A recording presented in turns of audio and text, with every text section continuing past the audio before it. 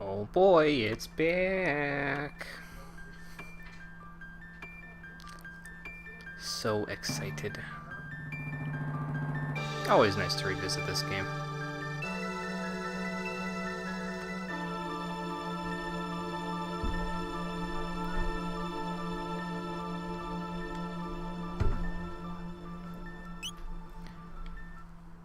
Okay.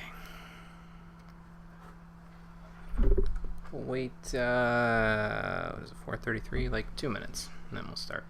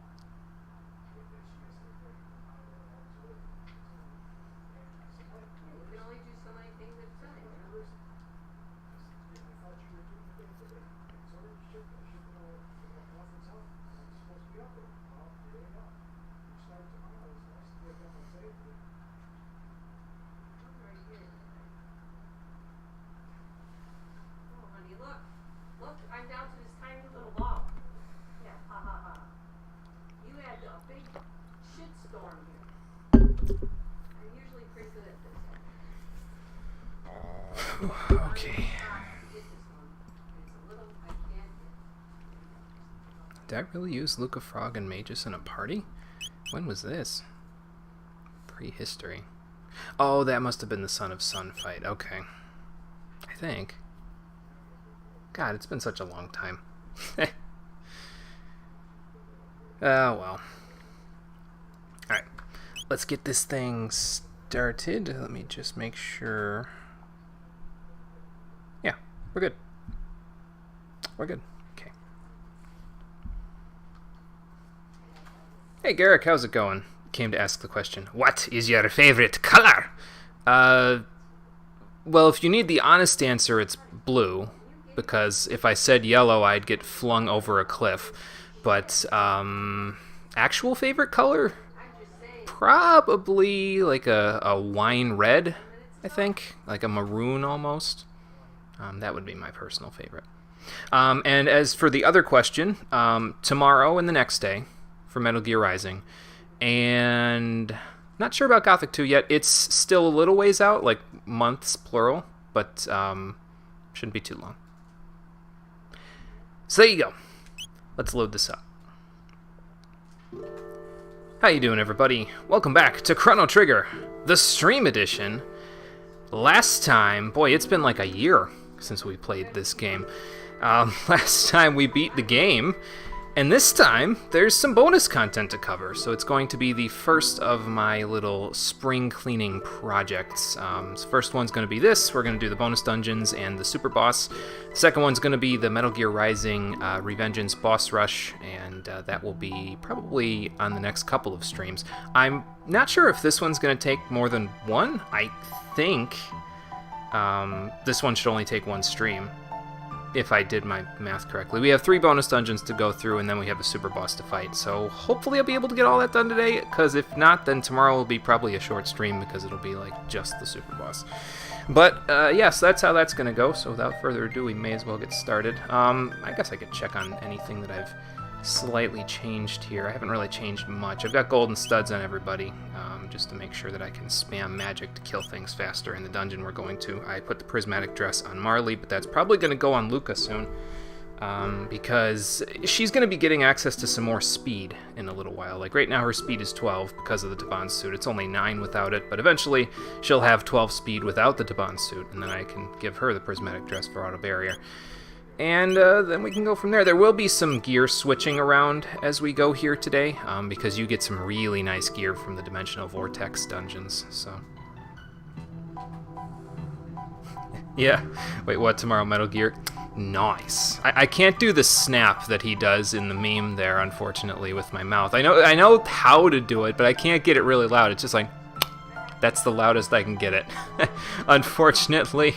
But yeah, tomorrow Metal Gear, and the next day Metal Gear, probably, because the boss rush for Metal Gear Rising doesn't, like the one that it shows on the PC version where you can select them right from the stage select screen, that doesn't include Ray or the Grad, so I'm probably going to do those on a separate stream, because we'll be doing that on Revengeance, which means I have to get through R-02 on Revengeance, and that's just going to be like Dante Must Die edition, except with Raiden.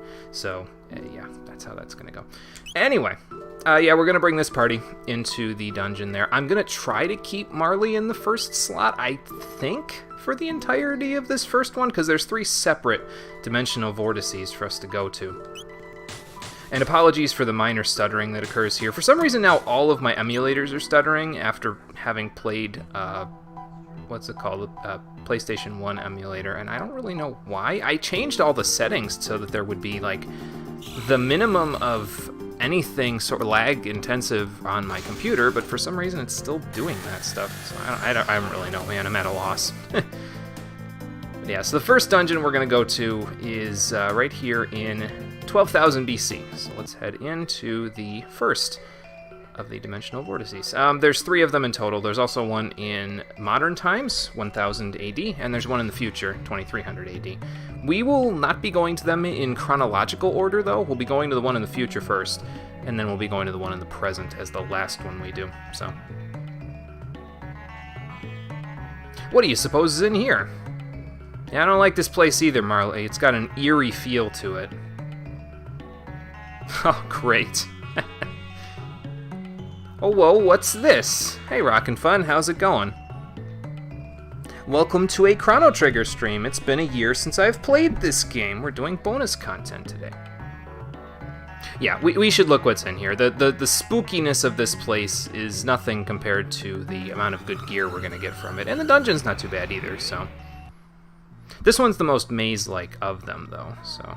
Now, the way that the Dimensional Vortex works is that the first part of the dungeon, so like the first 5 floors, are all rehashes of old content. So like this is from Magus' castle. All the enemies are the same, all the mechanics of the dungeon are the same. There are no treasures to find. Just run right through. The enemies give the same amount of experience and gold and everything that they would give normally. So I will probably avoid most of the fights here. Because they're really not that necessary. I've already got enough experience pretty much to beat everything in the game, even though I'm only level 50. The only thing I can't beat, obviously, is New Specchio, the one that you get at level 99, so that's going to be not a thing that we do. So, okay. So now, since this battle's forced, I guess we'll do this one. Where's your Ice 2 there, Magus? There we go. Nice. That will reduce their defense just a smidge. Don't you keep creeping up on Marley. She's going to beat your ass. Nice. There you go. Yeah, Magus's ice tech is a lot better than Marley's, probably because he has higher magic, I think, than Marley does. She's more support-oriented than Magus is, so... Okay. But yeah, nothing to find in these parts. The only thing about this first 5 floors is that there's one new room, and I actually just got it, thankfully, because if there's a teleporter after the first 5 floors that lets you get out of the dungeon, and if I didn't get this room, I would have used the teleporter so I could get this one. But we got it, so we don't have to worry about that. It's been so long for you since the last time you played it. Yeah, it's been a year for me, man, so it's been a little while. Thankfully, I did a little bit of quote-unquote practice, and by that I mean I booted up the game and just looked at what I could do in it, so I kind of know what I'm doing. Somewhat. We're going to see how that goes, because I'm going to be fighting one of the hardest bosses, well, 2 of the hardest bosses in the game today, but we'll go from there. Yeah, mostly Magus is here in these first few floors to spam Dark Matter with a Golden Stud so I can just blow through whatever in the hell feels like standing in my way. Because he's blisteringly fast by comparison to the rest of the party. And he can just spam the shit, so... That's the reason why I wanted to get this particular floor here, is this treasure chest that has the Angel's Tiara in it. It's a really, really, really nice piece of headgear. It's slightly less defensive than the prismatic helm is there.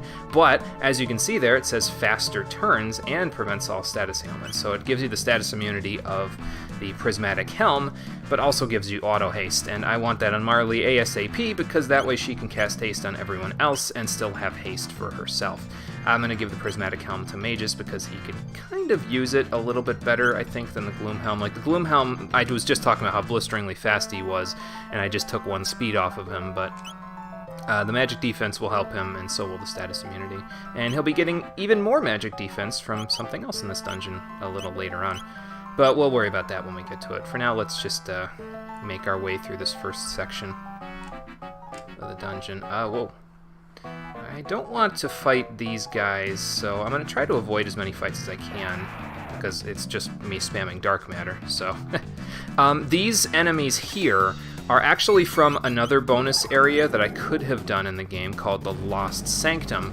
We never did that in the original playthrough because the Lost Sanctum is a big maze of areas that have no real direction to them, a bunch of kind of tedious objectives that require you to do a lot of forced backtracking, and about 1 good item that I'd actually want to get out of it, that being an accessory that increases critical hit rate. So I didn't bother because it's really, really not good, like, at all. I don't like it at all, and that's why we're not doing it. But you can get a glimpse of some of the stuff that would have been in the Lost Sanctum just from the enemies that we'll fight in these new rooms. It's really not much, but, you know, it's there. So yeah, we won't be doing the Lost Sanctum. It's really not a good dungeon, in my opinion, or set of dungeons. Actually, no, it's 1 dungeon. It's just so large you'd think it was a set of dungeons. So we won't be doing that one, but we will be doing this one. So back in this room, I'm just filling out the map because, well, you know me, that OCD. I don't even need to fill this map out. I already have, but wow. I should be replaying it someday, but you're trying to catch the series you missed? Okay, gotcha. Well, that makes sense. You can always go back and watch the VODs for my playthrough of it as well, if you so choose. That would allow you to catch up on it. This bonus episode is more like an interlude, basically. Like, eventually I am planning on doing a Chrono Cross playthrough, and so I figure this is kind of like a gap bridge-er between Chrono Trigger and Chrono Cross, since this set of dungeons here, like the Dimensional Vortex areas, also give you some idea of what goes on in Chrono Cross, so we'll be exploring that in a little more detail later.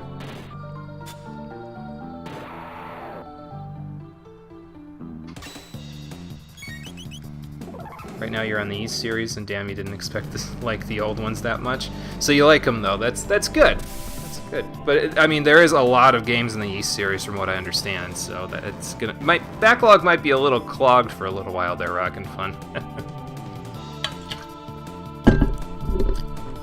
Anyway, let's play the piano and get out of here. Oops. Gotta play it from the front there, Marley. There we go.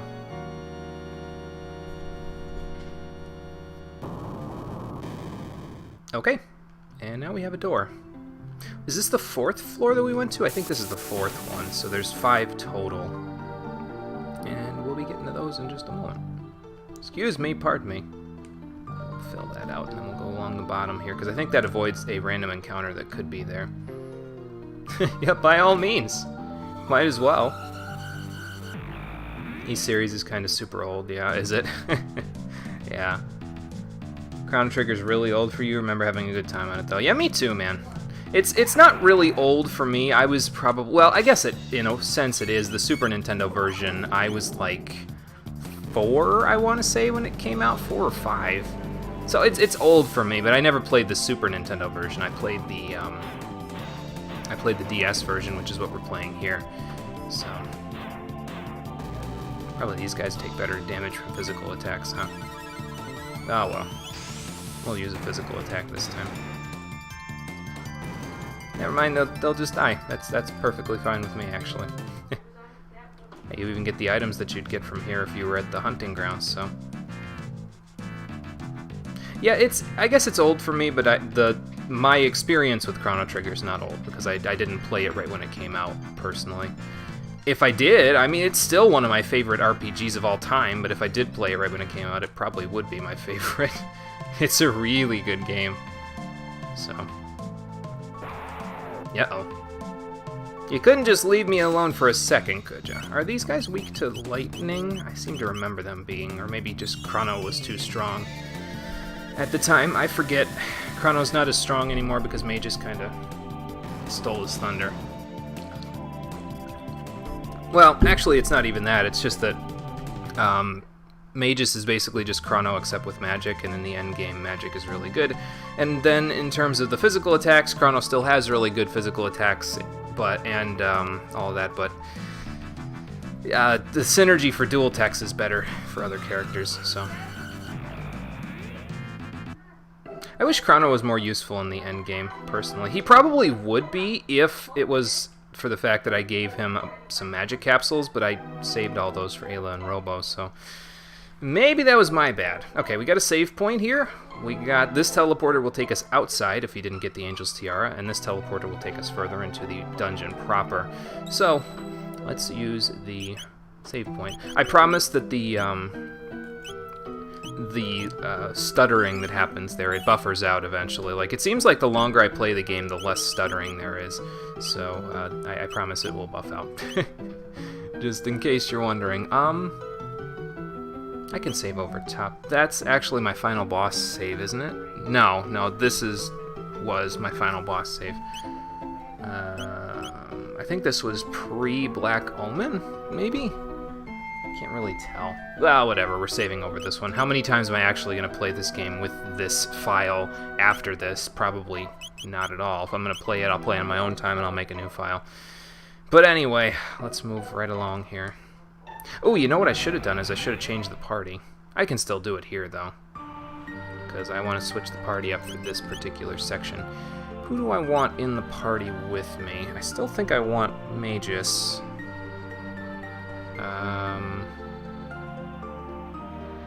I still have to keep Marley, so maybe we'll switch. We'll do Frog and Ayla. How about that? We'll come back to the Marley Luca Magus party for later, but Frog and Ayla have drop down, which will really help against one of the enemies around here. So,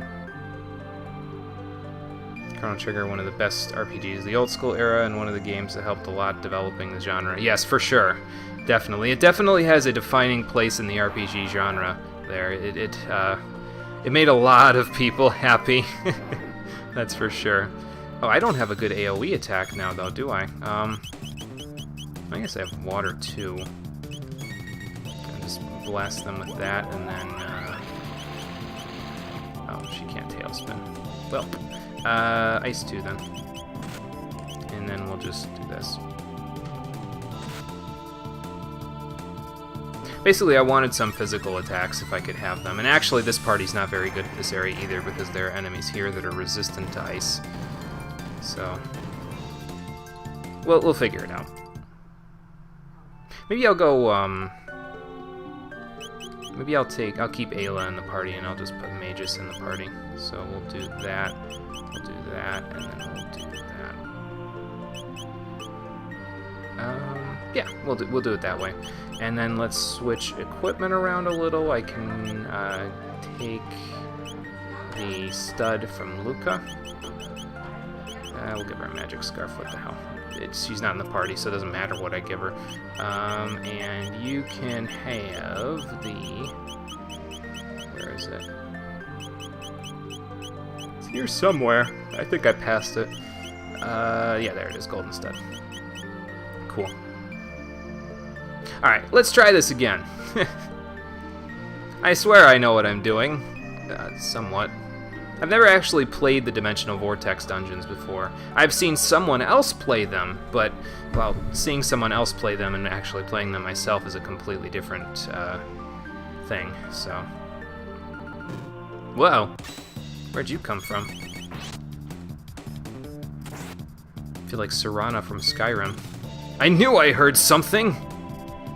He's got some decent HP on him, doesn't he? Oh, that actually hurt a little. Okay. Alright, Chaos Mage, I see you.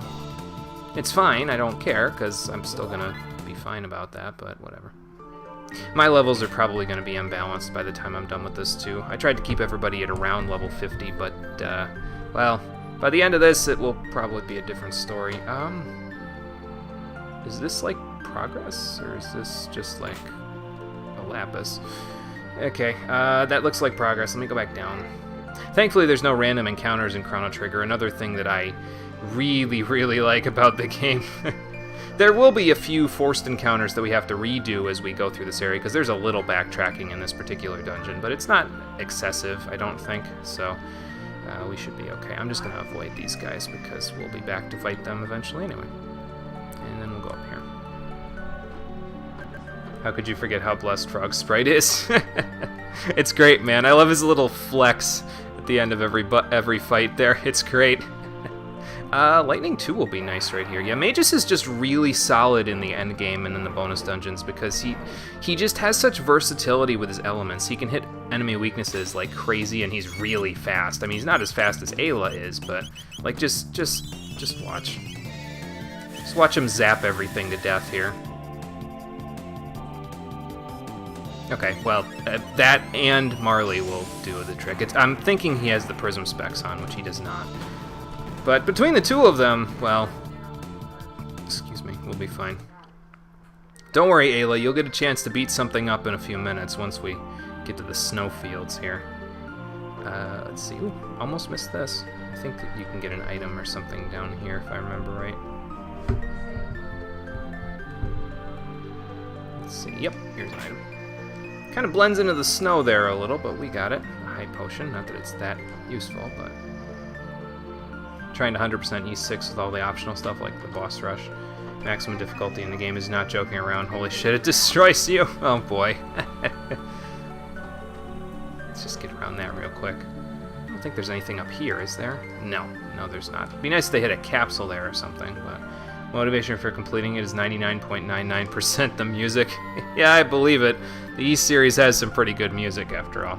I love how Magus just doesn't react at all to falling down the cliff there. He's just like, oh, whatever. It's fine. Okay, so we want to go all the way to the left and enter this cave first, because this will bring us to a new area where there's some new treasure for us. And then after that, we want to go all the way to the right and go down from there. Here's a Shadow Plume robe from Magus, speaking of him. He'll be... Basically, even without the Prismatic Helm, now he has maximum magic defense, and he gets auto barriers, so he can survive most any magic attack now with pretty much no trouble. So that's kind of nice for him. I don't think I need to switch any of Ayla's equipment for now. The Zodiac Cape should be good enough for her for a little while. Let's see if these guys absorb Shadow Elemental. I don't recall. But it's fine if they do. I can just triple kick them to death. So, matter of fact, I'm going to do that right now. Let's just get rid of one of them. Yep, there we go. And then, go Dark Matter. Actually, I don't know if that'll get... Never mind. It's Ayla. Of course it gets rid of them. What am I talking about? She's too strong, man. Let's see. Okay, so you absorb it and you take nothing from it. Fair enough. So we'll just have Ayla beat up the Chaos Mage in a minute, and then we'll go from there. It's a good thing Grudge doesn't do what it does in other games, because that would hurt. Actually, why don't you just attack the Chaos Mage there? And you do one of those, and then you also attack the Chaos Mage. I'm not overpowered as Sin for these dungeons, actually. The thing about them, I think he changes his elemental weakness. That's probably what that was. Oh, I stopped him. Nice. Coming in handy, that Siren's Kiss. We'll be getting rid of it for something else soon, but against trash mobs, pretty good, I'd say. What was I saying? Yeah, I'm not overpowered as Sin for these parts, because I think you're normally supposed to approach these at, like, levels in the mid-50s or something like that. I'm barely scratching the surface of level 50, personally.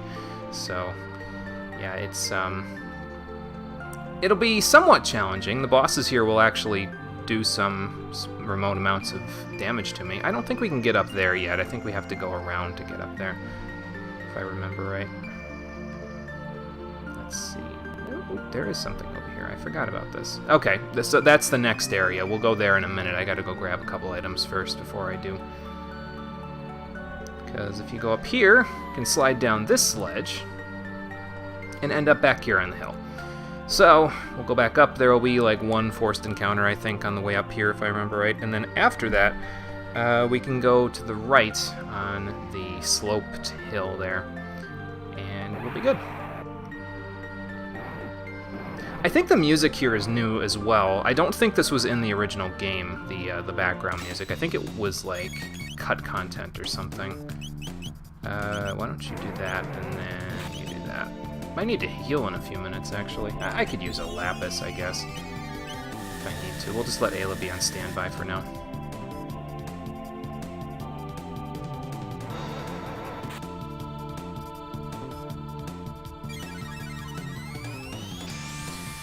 And then we'll be good. Probably get rid of these guys a little bit quicker if I had Luminaire, but I think if I did the math, like, I didn't do the math personally, but if I did the math, I'd probably find that Chrono's Luminaire is about as powerful as Magus' Lightning 2, because Chrono's Luminaire is based on how much magic? Let's see. He has 25 magic versus Magus' like 64 or something, so yeah, it'd probably do about the same. That's really the thing about Chrono, though, is that it's hard, man, because you have to make him... You have to invest in magic capsules for him, or else he kind of falls off in the end game. It sucks, because he's such a good silent protagonist character too, but he just... I hate that he falls off, man. It's no good. Also wanted 100% Birth by Sleep Final Mix, but lacked motivation because you kind of hate the gameplay in that one. That's what I've heard, Rockin' Fun. I haven't played Birth by Sleep personally, but I've heard that the gameplay in that one is a little bit eh. So, I mean, we will play it for the stream eventually if people want me to. Like, my only plans for playing Kingdom Hearts is up through Kingdom Hearts 2, because that's as far as I've gotten in the series personally. But if people want to see more, then I'll play the other ones. There's the Venus Bow, which we are going to give to Marley in a little bit. It's a pretty decent crossbow for her, because it inflicts fixed damage. Can I get over there? Is it over here, maybe? I think it's over here. Yeah, here it is, I think. Maybe it's through here. No, how do I get there? Yeah, the Venus Bow inflicts fixed damage. It's 777 damage every single time you use it. There we go. And a Mega Elixir. Nice. We'll need a few of those for the super boss. But yeah, it inflicts specific fixed damage every single time you use it, which is pretty nice for her. Because, well, I'll show you what my plan is with her setup there. What do I have for her body armor there? Let's see. Something we don't have yet, but basically the plan is to give her the Venus Bow for the guaranteed damage there, and then give her the Wrath Band, which is 80% counter rate, I think? Yes, yeah, so she can counterattacks 80% of the time now, and that, in combination with Allure, makes her kind of obscene, because she will always counter attacks for, well, she'll draw all the attacks and she'll counter them for 777 damage. She can heal herself, so it's kind of really good for her, I think. So we're gonna try it, basically, is what I'm trying to say. Do I have anything else to use? I have some barrier and shield spheres. Those will come in handy in a little while. We'll hold off on those though. Do I care about her MP that much? Not particularly. I think we're good. I think we're good in that regard. If she uses Ice 2 a couple of times, no big deal. So, that's it for the treasure in this part, I think. So now we can just loop back down and around, and we'll be back where we were. We just have to get around these guys. Whoop. Or we could do that. That works too. Alright, I'm not sure if these little guys are weak to anything in particular, but I can do this to the Chaos Mage to make this a little simpler. They probably absorb Shadow Elemental, if I had to guess, but I'll try it. And we can do this. If they don't die, I can demonstrate Marley's little counterattack strategy. Okay, they don't die from that. That's fine. So now all of the attacks that the Soul Stalker will take will be directed towards Marley. Same with the other one. So now they will both attack her, ideally. Oh, maybe not, because maybe they didn't. Maybe it didn't work. Well, anyway, that's the idea, though, is that you direct all of their attacks towards Marley, and then go from there. But I don't know if it works exactly, because maybe maybe Allure doesn't do what I'm thinking it does. I was thinking it was like Provoke, basically, but maybe it's just a confusion spell, which is possible. I don't know enough about this game, personally. I've played it a decent number of times, but not so many times that I know everything about it, you know? More often than not, though, I know that the Venus Bow will do more damage than Marley can do on her own, so... Unless you want to stop enemies, which is, you know, perfectly valid reason to use the other one, then you're going to want to use that one. I don't think I need to go in any of those caves. Because, see, the caves here are one way. So once you go in them, you can't go back out without, like, looping around, basically. So... Uh-oh. That could be a problem. Why don't you triple kick that guy, and then we will... Let's just use a regular ice on this guy, and a lightning, too. Direction they took for the gameplay was interesting, but there are so many problems that it makes the game unsatisfying and junky, like bosses have a random revenge value and can counter you or gain super armor randomly. Yeah, that sounds like pain incarnate, I'll be honest. Actually, I didn't even have to use ice, I could have just used the Venus Bow, but whatever. Yeah, it sounds like pain incarnate, Rockin' Fun. I can't say that sounds like a whole lot of fun. Because, like, the idea behind the revenge values were that they were manipulatable in Kingdom Hearts 1 somewhat, and 2 a lot. So it... I don't know, it doesn't really play into it well, I don't think.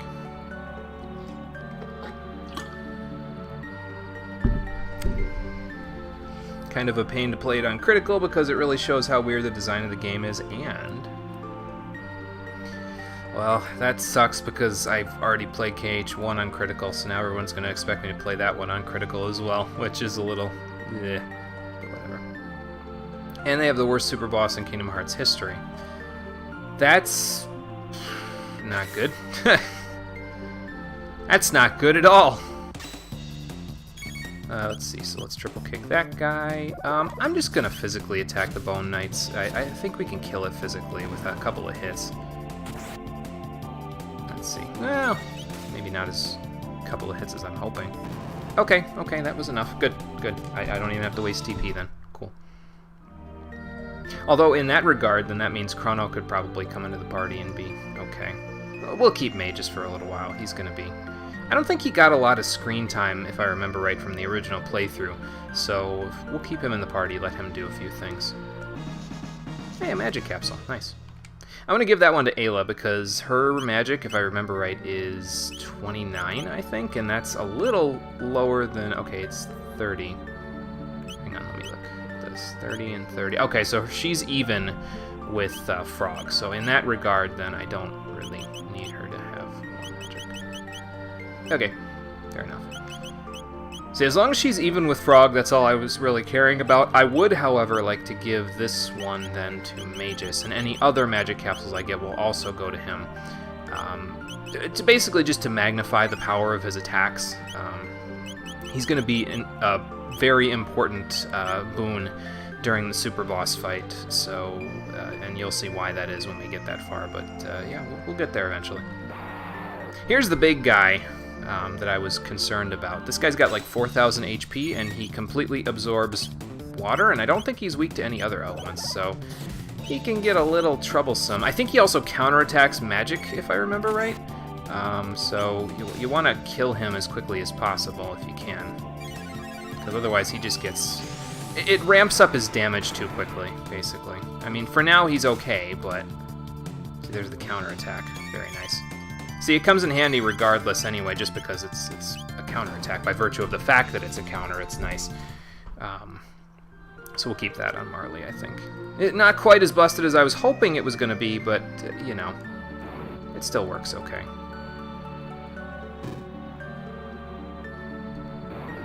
One of the worst super bosses you've ever seen in an action game, honestly. Oh, that's not a good sign either. Oh, there's 2 Chaos Mages. Alright, let's see. Let's do that and that. I don't know if that'll kill him, but we'll come damn close. Just need Mages to get a crit, which he did not. I mean, that's fine. We'll make it work anyway, but... I do like that attack animation, though. It's pretty funny. Nice. Nice, Marley. You get him. Go after the Chaos Mage, though. And then everybody else go after the other guy. Probably heal after this one. Yeah, I probably should. Just a little. Nice. Keep attacking Marley, everybody. Just keep attacking her. She's the one with the 777 now, so you're just screwing yourself. I don't think I'm going to use Marley all that much after this, though. It's kind of a shame because she comes into her own because of the Venus bow there quite a bit, but it's a little too late, you know what I mean? So that does a lot of healing. Holy crap! Should have done that in the first place. Oh well.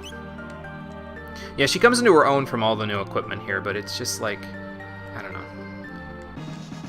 Hey, there's a speed capsule. Cool. It just seems like she doesn't really do as much in the original game unless you really need healing, and if you've been keeping up on your magic tabs for like Robo or Ayla or Frog or anybody like that, I don't know, it seems like she's not really as good as some of the other characters in the game unless you really need all that extra healing, you know? I don't really need all that. What am I using this on? Who am I using this? I'm using this on Magus, that's right, because I want him to get his 15 speed back. There we go. I think that's the last speed capsule in the game, so we won't be seeing that again. Ayla, you have 95 strength. You're going to max out soon. Who's got what here? You got 95. Frog has 66. I should probably give it to him. And Chrono has 73. It's either Frog or Chrono.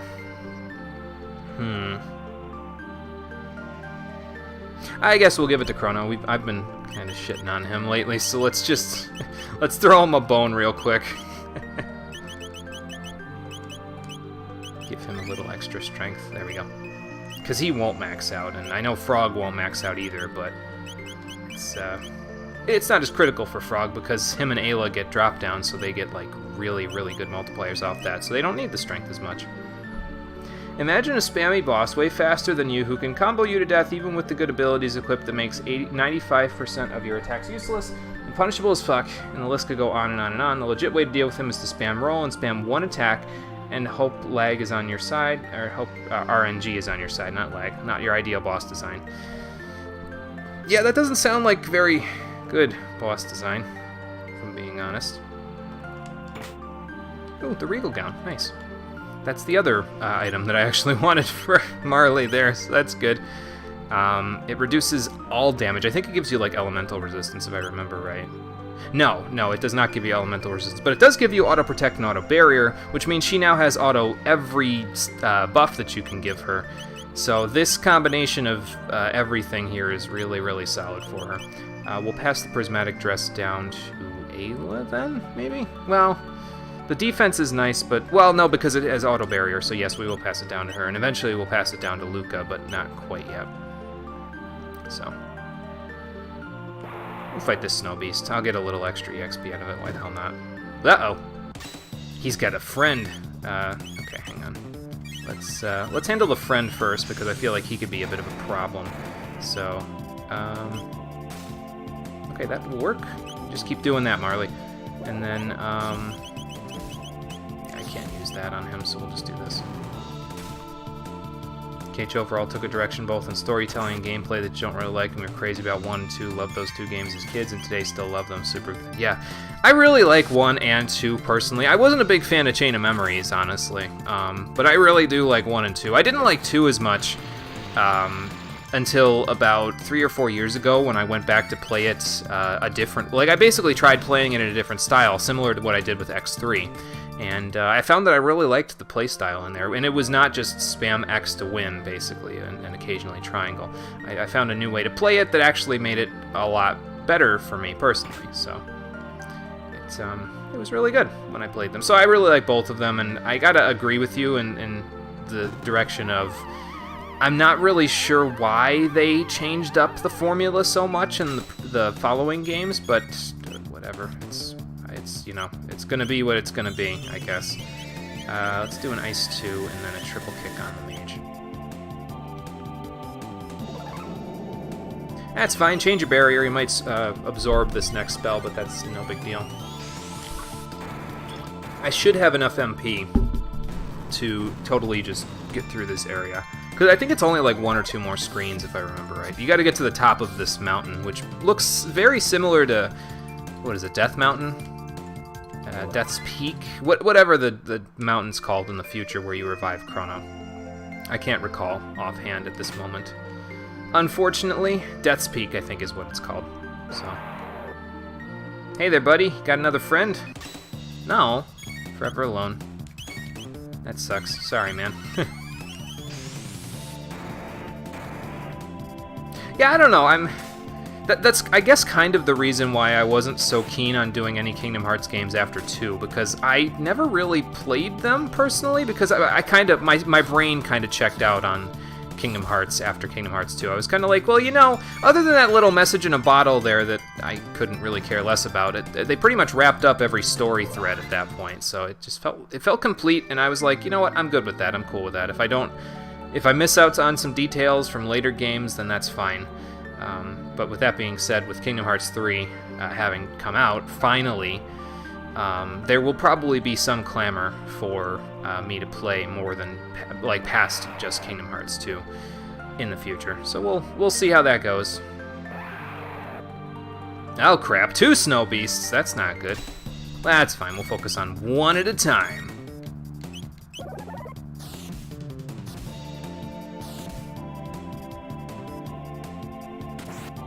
Their attack might increase. That's also okay because it's not really a huge deal.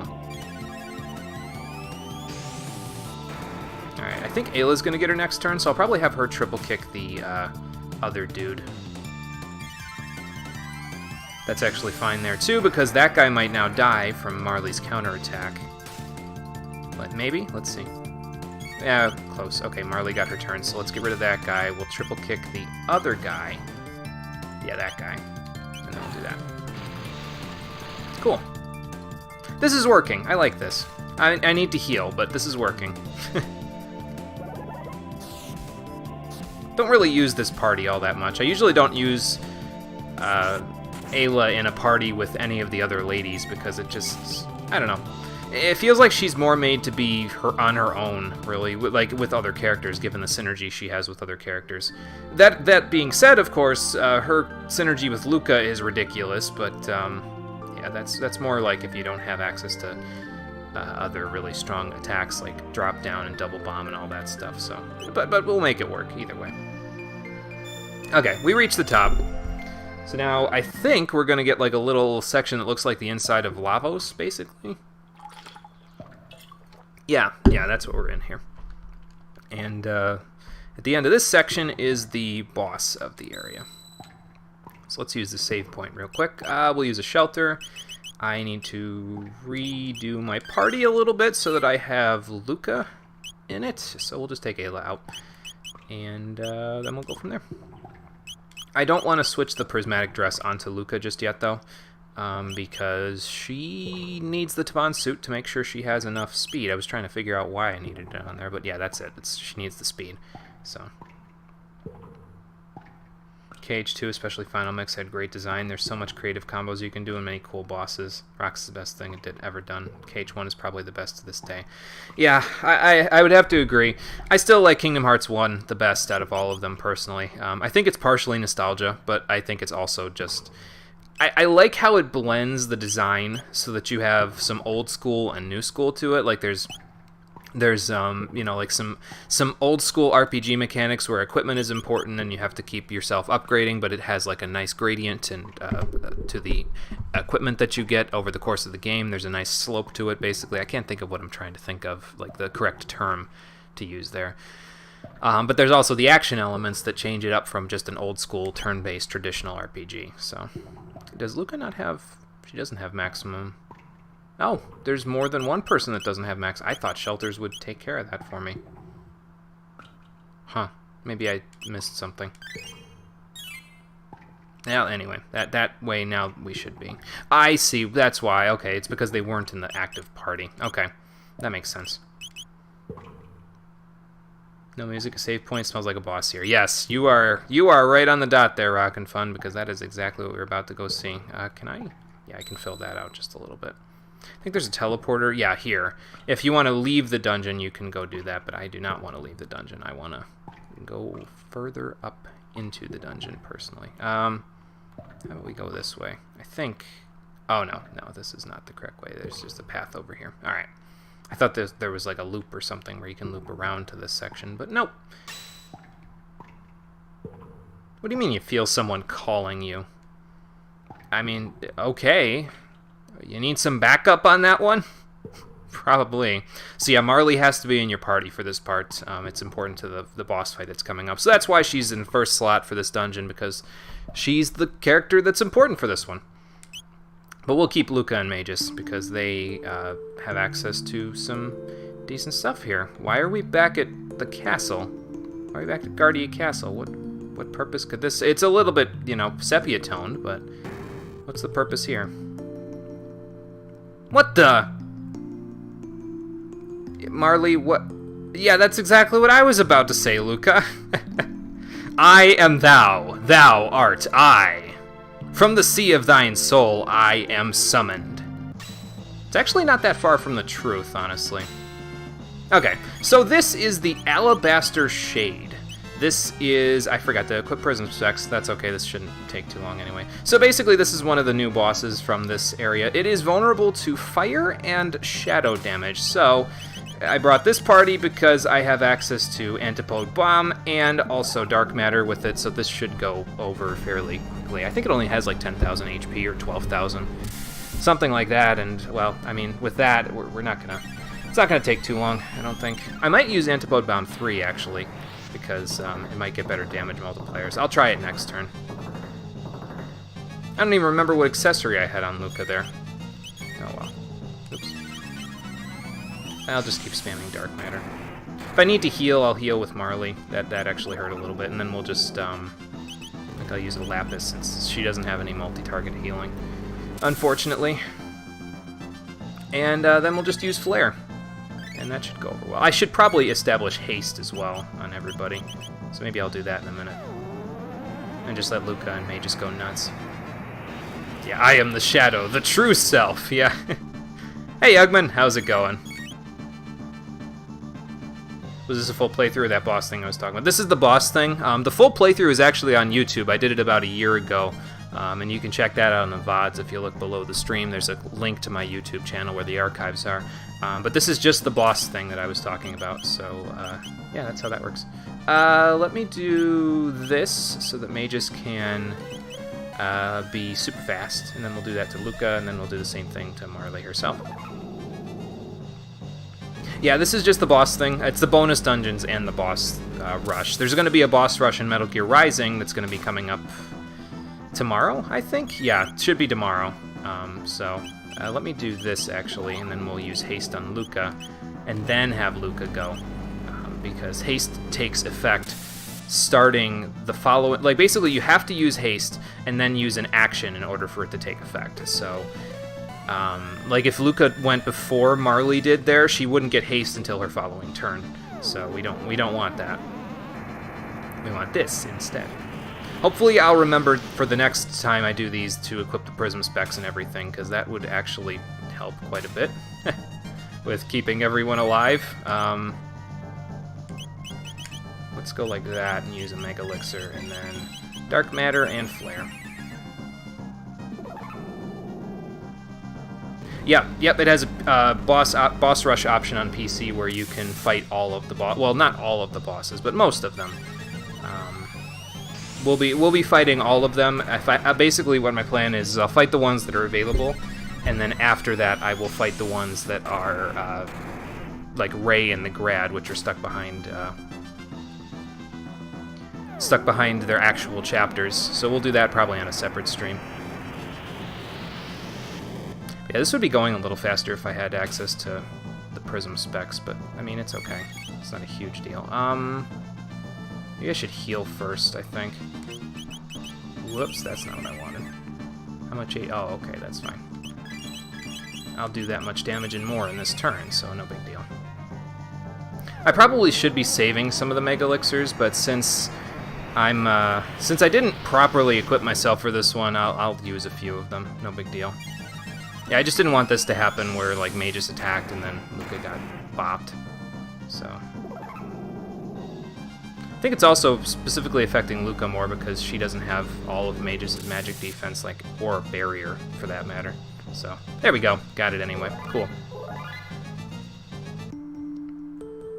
And we weren't far off with the I am a shadow, the true self thing, because when you defeat the Alabaster Shade, Marley reabsorbs it, kind of. And it awakens her latent powers. So now she gets a few extra stats, including, I think, a +2 speed bonus, which is really nice for her. So that's the most important thing. Makes doing these dungeons worthwhile just for that, really. So, why did you play on console again? No, that's okay, man. I played on console as well, myself, when I first played it, so I totally get you there. Let's see here. Let's use a shelter. And then use a few other items on our non-active party members in a minute. I'll rearrange my party back at the end of time, I think. Since we gotta go... Well, we don't have to go back to the end of time, actually. We could go just straight to the next one, which is in the future. Matter of fact, we'll do that. That's fine. And then we'll go back to that end of time when we're done with all the three of them. Now, I think this one is down here, if I remember right. Yeah, here it is. Okay, cool. Where can I land on this island, since it's right in the middle? There we go. Cool. Alright, who do I want for this dungeon? Luca's got to be in the first slot for this one. So, let's see. Let's put her there. I want Marley here, and let's bring Chrono for this one so he has something to do. Yeah, Frog, unfortunately, he's kind of going to be sitting out a little bit on this one for a little while, just because he doesn't have as much use, I don't think, in these dungeons, but he'll get his time eventually. I'm really just waiting for an accessory that I can get to make it a little bit easier. I'm just checking my notes to see when we'll use him. We'll use him in the boss fight for this one. And I might use him in the dungeon for the next one, actually. We'll see. We shall see. Let me just heal Chrono with a couple of crap items. So, there we go. And mid-ether, sure, why not? There we go. And let me put some proper accessories on these guys now, too, because the stuff that I've got on them, not really going to go over too well for us. Let's see. Let's take the stud off of you. Why don't we put one of those on you, and then you can have Scala's Amulet. There we go. We'll keep the crit rate on that, and we'll keep the Wrath Band on Marley. It's doing pretty good for her, so I figure, why the hell not? You would like... I'll give you a stud, and I'll give Luca a stud as well, so they can spam their good attacks in the next dungeon with the trash mobs, and then we'll be good to go. Okay, so let us make a save, and we'll go from there. Marley's will revealed the power inside. The Disco Ninja Frog persona, yeah. Oh, if only she got a Disco Ninja Frog persona, it would probably make things a whole lot better for her. But we'll try to keep using her a little bit here just so she sees some more screen time, because I really didn't use her that much during the playthrough, so. Okay. There is another item that we can get here, that we can get from the first 5 areas. So basically what I'm going to do is, if we get to the point where we go through these first 5 areas and I don't get the item that I'm looking for, I will just... use the teleporter and return to the beginning.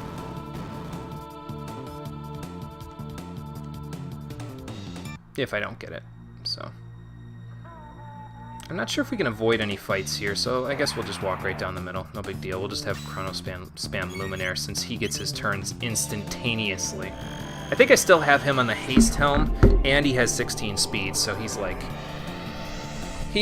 That's one thing he's got going for him. He's really, really, really fast. So, like blisteringly so. And he does get a speed boost out of one of the bonus dungeons in this area, but in this episode he will anyway. But yeah, he doesn't need the speed boost because I gave him enough speed capsules to give him max speed. So.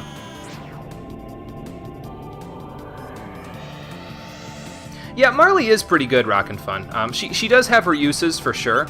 It's just, I didn't personally use her as much because she's really good if you need the healing. She's really good on healing, and she often has AoE healing dual attacks with other people, like Robo or Chrono or any of that stuff. I think she has one with Frog as well. So she's pretty good. It's just I gave a lot of my magic capsules over to Robo and Frog anyway. Or... I think I did Robo and Ayla, actually, not Robo and Frog.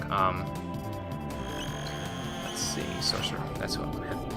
So, and since Robo gets Heal Beam, and then Ayla and Frog in combination get Slurp Kiss, which is the best healing in the game, considering the fact that it only costs 1 MP from each person, even without studs. That combination of factors led to me not using Marley as much. So, I try to give her some screen time while I can. Basically, it just kind of... The way that I played the game just sort of conspired against her, unfortunately. But she is really good. She's really good for the healing, especially. So. Oh, okay. I don't even remember how the hell to get through the hunting grounds, though. So this might be a bit of a problem. I don't think it's down here, though. I think it's up here. Wait, hang on. Can I climb this? No. No, okay.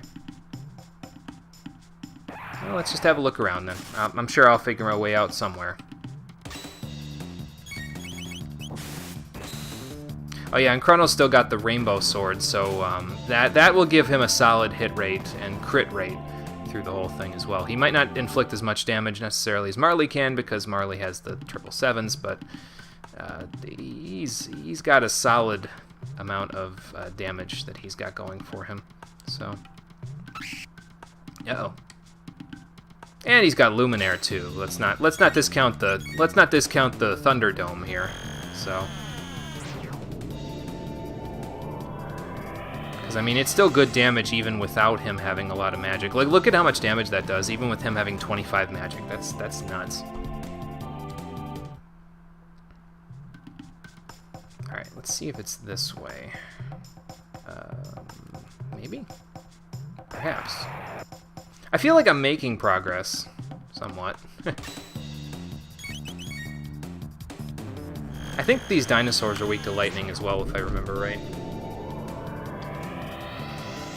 I forget.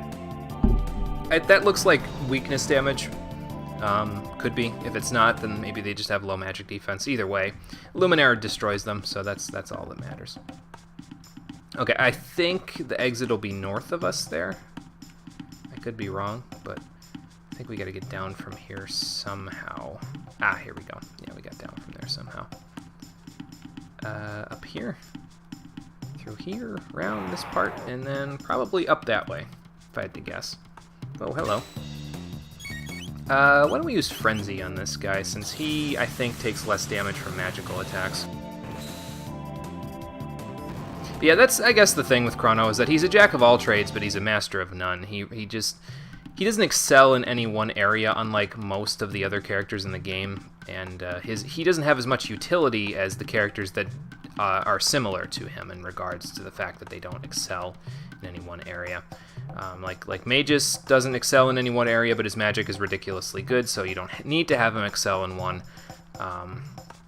Robo has the healing, and Frog has synergy with Ayla, and that's all that really matters for him. So it just, I don't know. It just feels like Chrono got shafted towards the end game, that's all. It's a shame. But we're still going to use him in 2 of the dungeons today, so we'll try to make sure that he sees some use, so.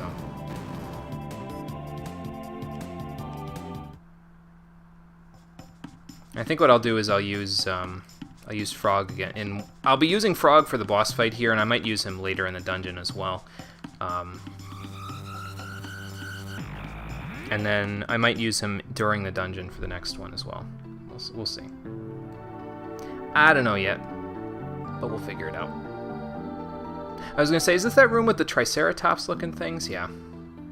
God, it's been too long since I've played this game. I need to, like, return to it. So I knew what I should have returned to it so I knew what the hell I was doing. But oh well. No big deal.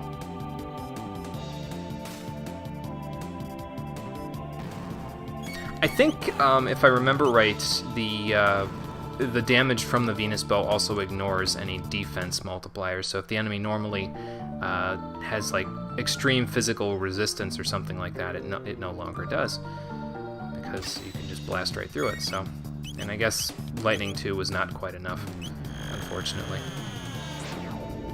It's fine. We'll just do one of these. Yeah, that's a lot better. It's eating Chrono's MP, granted, but it's no big deal. We'll be at a point where I can use a shelter soon, and we'll be good to go. This was where we fought that one set of Triceratops, if I remember right, because we then got up on the floating island that led to, I think it was going to lead to the Black Omen, if I remember right. I think this is the area that I was talking about. This is the new area, so it's good because we don't have to, like, go back around and through. Whoa. Hi there. I don't think these rats really have too much to them. I think they're pretty weak, but I think they can, yeah, steal your MP, which is a bit of a pain, but whatever. They're just really fast, that's all. Like, they probably have the same speed as I do, it's just that they can enter their commands immediately because they're CPU controlled, whereas I have to actually press 2 buttons, and so they will act faster than Chrono will. So, I don't think you can go in this door. No, it's locked, so don't worry about it for right now. We will go this way, though.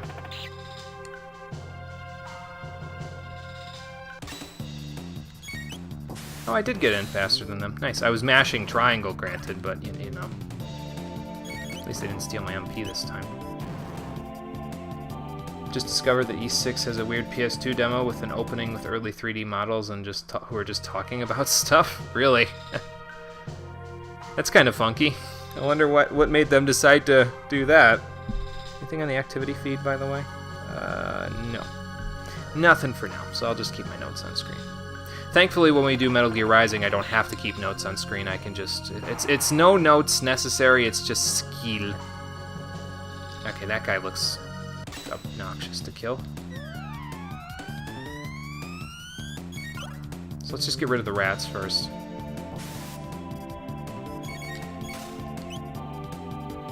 If we can. He might be like a Chaos Mage then, basically. These are, again, enemies that you fight in the Lost Sanctum, so... Or we could just get rid of that guy first. That's also fine. Get him, Chrono. Yeah, nice. How are we on HP anyway? Oh, we're not doing too bad. I could always Aura Whirl in one of the fights soon. Just to account for that.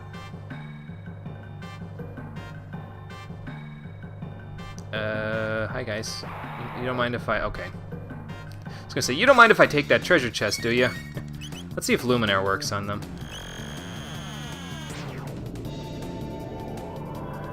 For comparison, E6 had a super flashy opening with 2D models and a hell of a song. It's low budget, but it worked really well. Oh, okay, gotcha. Yeah, so they did that a lot in some older school games, so I get you. I guess Luminaire works on these guys.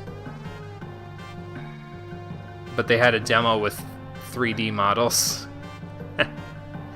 Well, everybody was making the jump to 3D at the time, so I guess I can see it, but...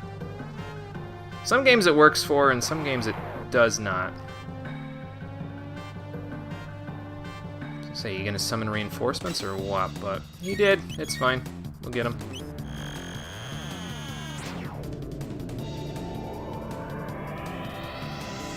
It's weird to talk about the opening with words. Better send it on the server. Okay, sounds good. I'll check it out after we're done with the stream then. That's cool. Alright. I think there's a couple treasures down here, if I remember right. There's one over there, but we can't get to that one just yet. There's one down here that we can get to. I might be able to get to the one down there, too. Hey, Cole. I don't know why I'm physically attacking, because there is a dude there, but... Oh, well, okay then. That's something.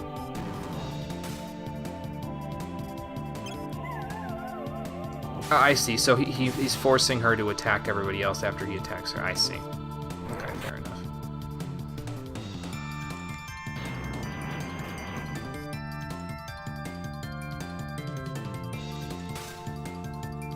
And I guess I could just physically attack then, since Marley got that guy. Go, Marley, go. Good, Chrono's caught up now. Cool. Let's open that up. Nice. Bunch of money. Not that I'll need the money for much of anything anymore, but, you know. Oh, okay, we can get this chest here. Got it. So that one has an elixir in it. Not as good as the other one, but we'll get to what the other one has in a minute or two when we get over there.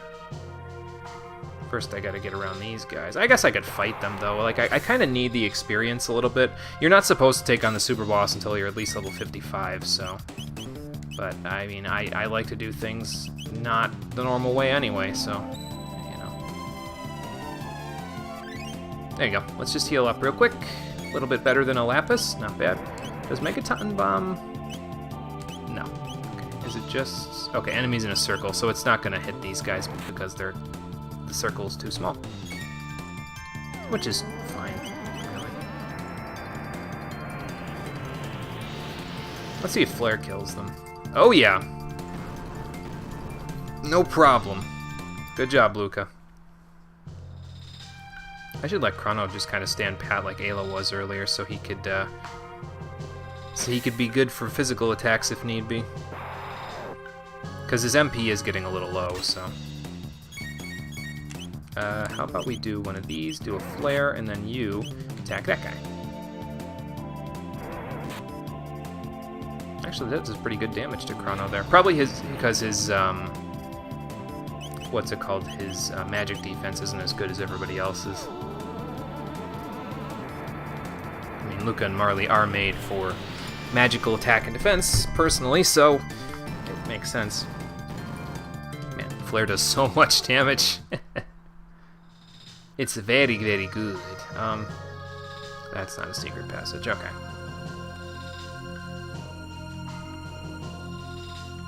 I'll tell you what is a secret passage, though, right here. We can get a new item there, the Master's Crown. This will make Chrono quite good. Quite good. It gets rid of his auto haste, which isn't critical for him because he has maxed out speed anyway. But it basically has the same effect as, I think, either the sunglasses or the prism specs, and it stacks with the sunglasses and prism specs. And it also prevents all status ailments. So that's really nice for him. The Nova armor isn't as good now, so I'd have to give him something else. But we'll get something else for him in this very dungeon, actually. So that should work pretty good. It'll also be something for Frog, though. So we'll have to balance between that. Basically, you can only get, like, one of these items in this dungeon. Like, you can't keep rerunning the dungeon to get these items. I think the chests are open when you come back the next time.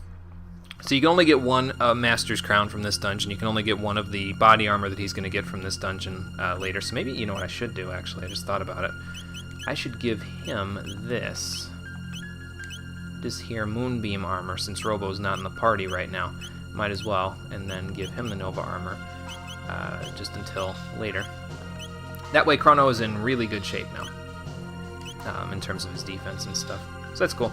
But yeah, the Master's Crown is a really nice accessory. I'm going to hold on to it for both Chrono and there's actually a second one you can get, so we'll be getting it for Frog later as well. Robo doesn't need it as badly, but we will. I might actually even use it on Frog or on Robo though, because I don't think there will be a point in time where I'll have Chrono, Frog, and Robo in the same party as one another. So, all right, let's Luminaire and then Flare, I think. Comparison between the demo and the actual games feels weird because you have one side lifeless 3D models talking about stuff, and on the other you have a banger with plenty of stuff happening. Yeah, that makes sense. Oh, I didn't even have to use Flare. Nice. Good job, Chrono. I know I was talking shit about you, but well, unfounded. And here's the other new room. Remember that the trick house in Pokemon Ruby, Sapphire, and Emerald where you have to answer the guy's trivia questions? It's pretty similar to that. Speaking of Answer Me These Questions 3, which is something I told Garrick at the beginning of this stream, we have to answer these questions 4 in order to get through here. And I'm probably going to fail at this because I don't, for the life of me, remember most Chrono Trigger trivia. Who's the leader of Medina in 1000 AD? This is in 1000. I think the 13th? Nice. The 13 was the thing that stuck out to me personally. I wasn't sure about the other stuff, but yeah, I thought it was 13. When did Lavos first arrive on the planet? This is, yeah, prehistory. 65 million years ago. Killed the dinosaurs. But not the humans. They were too versatile for that. Need to catch up with the Sonic games on GBA and DS. Did most of those on modern console, but completely missed them. Kinda hyped for this because the GBA era is blessed. The Sonic Advance trilogy was pretty good from what I remember. I don't remember playing through Sonic Advance 3 personally, but I did play Sonic Advance 1 quite a bit, and then Sonic Advance 2 slightly less. Never played the Rush games, though, so maybe I'll have to do that at some point. Guru of Time is... oh god, I should know this. Melchior's the one that made the Mass Immune. Balthazar is the one that was the advisor, I think, so I think it's Gaspar. Yeah, nice. It's the old dude in the End of Time. Although I'm not sure if they even say that that's his name in the End of Time, honestly. I'm not sure. I could be wrong. Alright, last question. Princess Nadia is also known by what alias? Well, she's standing right here, so I would hope I know that one. Okay, I didn't fail as badly as I thought I was going to. That's cool. I don't know what happens if you fail, though. I'm not sure if you get in a fight or what, or if you have to start at the beginning. Could be. But anyway, we've reached a checkpoint, so let's go use a shelter. Same thing as before, teleporter is on the left if you want to get out of here, but I do not, so we will do this, and I might switch my party around a little bit here. Let's see here. I bring Frog in to go with Chrono. Well, let's see. Given what the next section is... no, I think I kind of want to keep... yeah, I think I want to kind of keep Frog out of the party for now. We'll keep this current party. Just for now, until later. So let's make a save. Here we go. And move right along. I'll just fill that out for map completion's sake. Do I have to do it here as well? Yes, I do. I don't even know why I asked myself that question, because I knew I was going to do it anyway. It makes me wish, though, that when a game on the DS has a map like this that has you fill out slowly, that more games did what Final Fantasy IV DS did, where if you filled out the maps, you actually got like little rewards for it. Made it so that it gave me a reason to go out and do all the maps as well, and then it also was like, well, you know, you didn't have to do this, but here's a few healing items. It wasn't anything major, obviously, for filling out the maps, but it was enough to not really have to buy that many healing items, so... Excuse me. Oh, crazy factory they got here. What does this note say? The director of research ought to have the security lock release code written down somewhere in this room. He's a strange one, though, always writing in codes and what have you. Knowing him, he probably wrote it down backwards. Great. Fantastic. Uh-oh. Yeah, run away! Run away! Well, that's okay. I don't know if this guy's weak to anything in particular. Let's try Ice Sword, because why the hell not? Might use Fire Sword instead. He might be weak to lightning, but, I mean, that probably, yeah, got the job done. The sword techniques that Chrono has with Luca and Marley are really good, though. They use very little MP, and they have really good multipliers on them, so I think the way I want to go is over here. Yeah, there we go. Because for some reason, if you go out here, it leads you to a little forest area. I don't think there's any enemies here, but there is some decent treasure to grab, so let's see what we can do about that. I don't think I can get through there. No, I cannot. I think they did a 3DS version of Sonic Generations 2. That sounds right, Rockin' Fun. That sounds correct. Okay, I gotta go down that way. I would have to play it, personally. I didn't, starting kind of from Sonic Unleashed, I was kind of about the Sonic games, too. It wasn't for any particular, like, oh, I don't like the gameplay or something like that. It's that the daytime stages in Sonic Unleashed made me physically ill. Like, it's the only time I can recall in my lifetime ever having motion sickness. And I ride some pretty decent roller coasters. I've ridden some pretty tall roller coasters in my lifetime, and I've not gotten motion sickness. But the game gave me motion sickness in those instances. Like, I can never upgrade the speed stat in Sonic Unleashed because it's just too fast. My brain can't handle it, and I feel like I'm going to throw up. So, and after that, they kind of doubled down on the boost stuff, and I was kind of like, okay, if I couldn't handle it in Sonic Unleashed, and the nighttime stages just put me to sleep as well. Not always a bad thing, but, yeah, you know.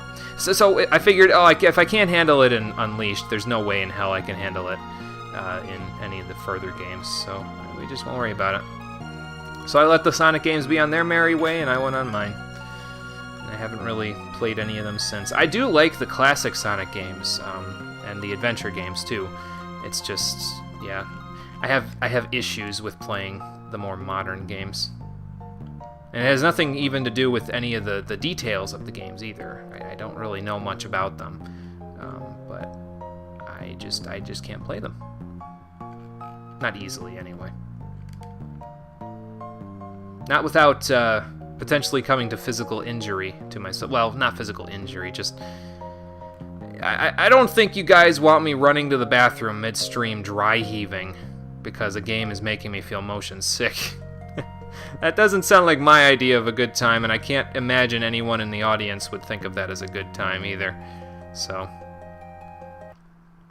anyway, we got an Apocalypse arm out of that section there too. It's a new weapon for Robo.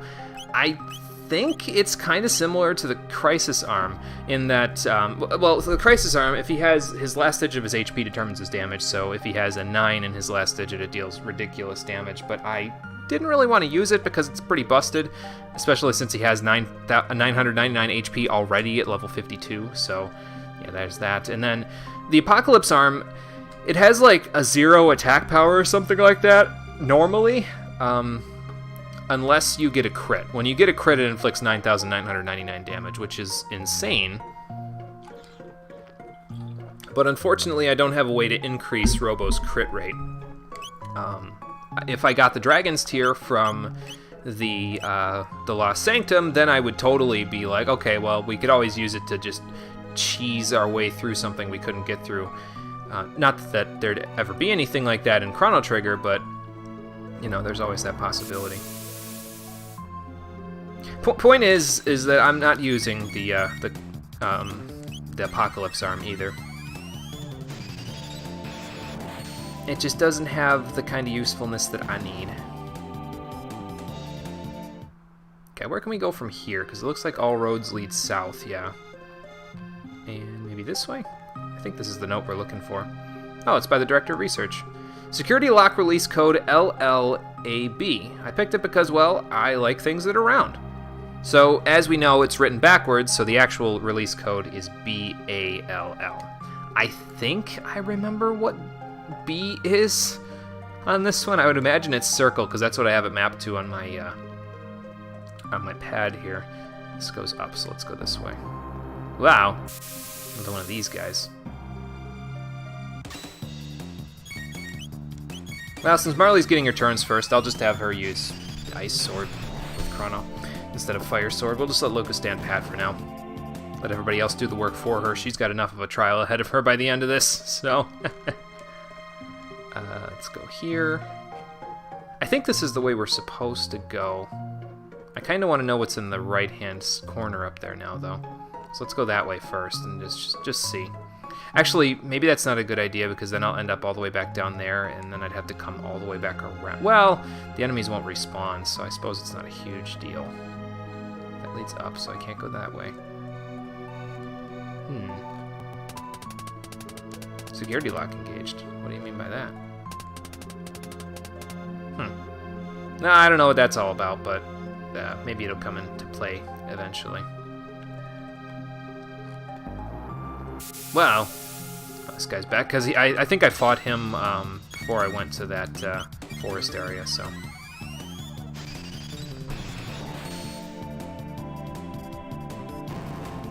Try the Sonic games past Unleashed, like Generations, Colors, or Forces. They found a pretty good formula and managed to balance it and adds cool rhythms to it. They're like the crazy motion of Unleashed, by the way.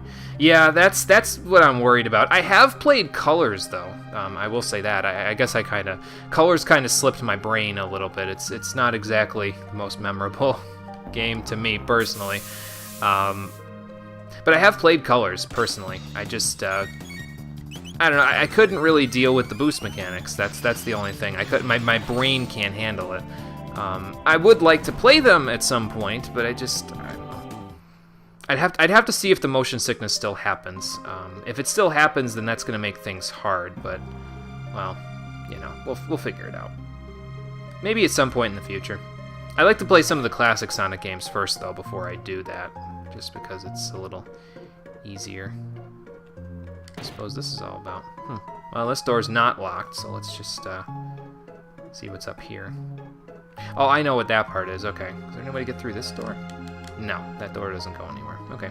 Yeah, this part has security robots in it, so we don't want to stand on the things there. We basically want to wait until the robots turn their backs and then run.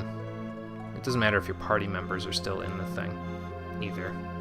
But you don't want to be on the panels, basically, that they do stuff in. Oh. Or no, I guess you do want to, you just run, basically. Because, well, the panels are the platforms. I'm thinking, oh, the panels are the security bots area, but no, not quite. Oh. Don't run that far, Luca. Okay. Stuck on something. Let's wait for him to come back around. There we go. And up here. We'll go down on the lower part of it as well later, if I remember right, but not right now. We don't need to. There's nothing down there, if I remember right. Let me just check something real quick. Okay, yep, we're good. Just had to check on something. What does this do? Booting security system, okay. Sure. Maybe that'll unlock that door. Please enter release code.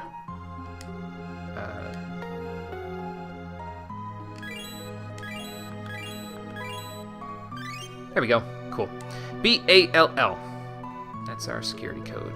I don't know what that does. Let's hold off on that for now.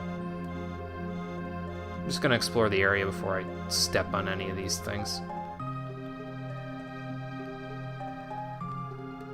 Okay, they don't do anything. That's good to know.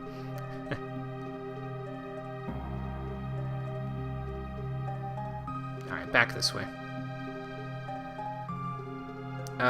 Did that change the floor layout at all? I can't tell. I can relate, you're actually having more trouble with classic Sonic personally, except Sonic CD. Love it so much. I've heard a lot of good things about Sonic CD personally. Uh-oh. Ah! Yeah, I've heard a lot of good things about Sonic CD personally. I think I've played it like once or twice. I'll have to play it at some point. So this is what happens if you get caught. You have to fight off a few robots, which is fine because Chrono can just go like this. Actually, I think they're all weak to lightning, so I might even be able to get away with the lightning too and just get them all dead. Let's find out. Zap. Yeah, that's not quite gonna work, but they are shocked, so that's probably a good thing. Let's just hit them up with that Tri-Disaster real quick. I'm gonna use Luminaire after this, though, just because if they have that much HP, I'm gonna wanna bring out the big guns. And they do have that much HP, so let's bring the big guns out.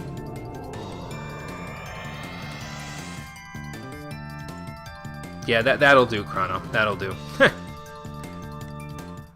Good experience, too. Yeah, I've been also meaning to try out Sonic Mania at some point as well. I haven't tried that out yet either, but eventually I will. Oh, that's where this door leads. Okay, that makes sense. All right, let's get out of here then. Uh-oh. Is that door supposed to lock behind us? Security lock observation program. Oh, yeah, I guess I wasn't the director of research, huh? I'm surprised they can tell. I mean, it is the future, so all the things can tell that sort of stuff. Containment lockdown? Well, how do we get to the East Wing? What's wrong, Luca? Uh-oh. They locked all the doors on us! What are we supposed to do now? I don't want to die! I wonder if the director of research is out there. Hello? Anybody home? Lucy, I'm home! It always falls on you three to save the day, Frog. This is the most synergistic party in the game, so...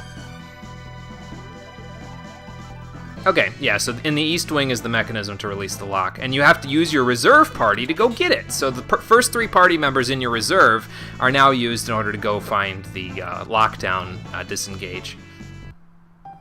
So there you go. So now we get to use Robo and Frog and Ayla. I think they switched the order on me, though. I think because Luca was the one at the door, so they put Robo in the front slot for me there. And yeah, you don't have access to Chrono, Luca, and Marley while you're in this part, so you gotta use these three, which is fine. It'll all work just fine for them. I would like to switch their equipment a little bit, though, since they're here.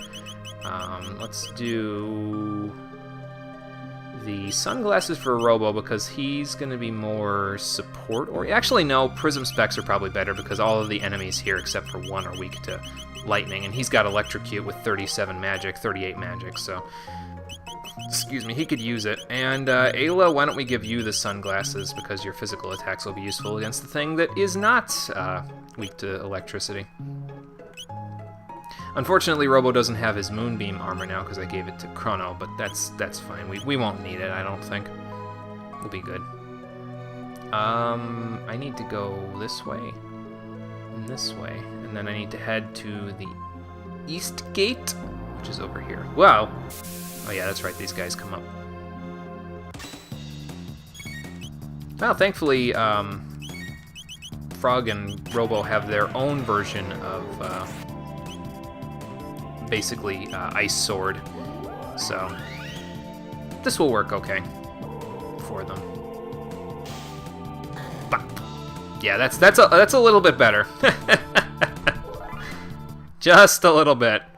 That particular... See, this is why I say this party is so synergistic, because they all have good techs with each other. They all have AoE healing that they can use. They all have AoE attacks that they can use.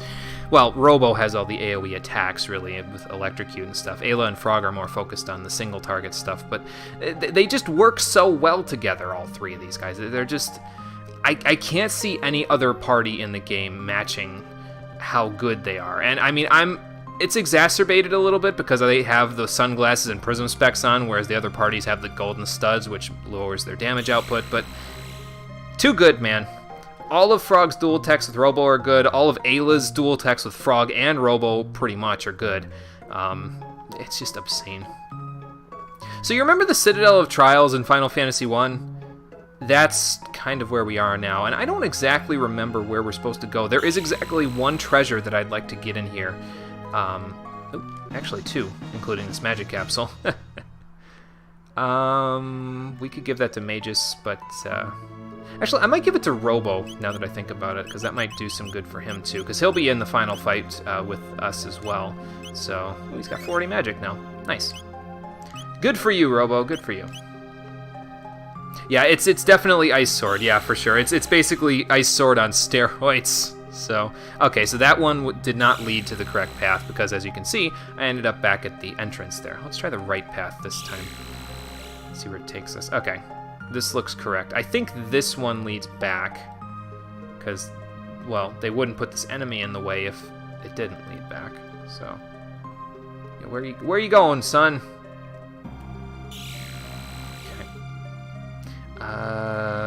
Probably this one? When in doubt, go left. That's what I always say. Uh-oh.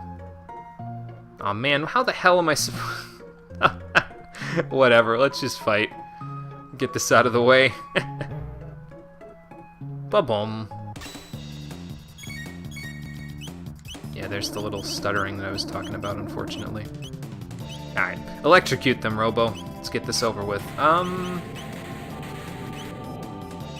And then Bubble Burst is also really good for them. Okay, well, since they're alive to see it, I might as well use Bubble Burst then. Maybe I could have given Frog the Haste Helm so he could use Bubble Burst here, and then the one that I just used with Robo that I'm forgetting the name of. But yeah, like, the damage is ridiculous, man. It's nuts. Wouldn't be a stream for me with this game without Rapid Fire Fist, although that one was not so good there, Robo. You're slacking on the Rapid Fire Fist, man. I'm taking over your job in Final Fantasy XIV. Alright, let's get out of here before they come back. And we've been here before, I think, so that means... yeah, we're back at the beginning. Okay, that's fair. At least I know where not to go this time. How about the center path? One of these is going to lead towards the end, that's all I know. And it's not that one either. Okay, so the right path is the correct path. I guess that makes sense, since right and correct in the English language are interchangeable. Now I just gotta get past securitybot.exe a couple of times. So it must be this way then. And let's see, there's a door. I think this is the one where I want to go in the right teleporter, if I recall correctly.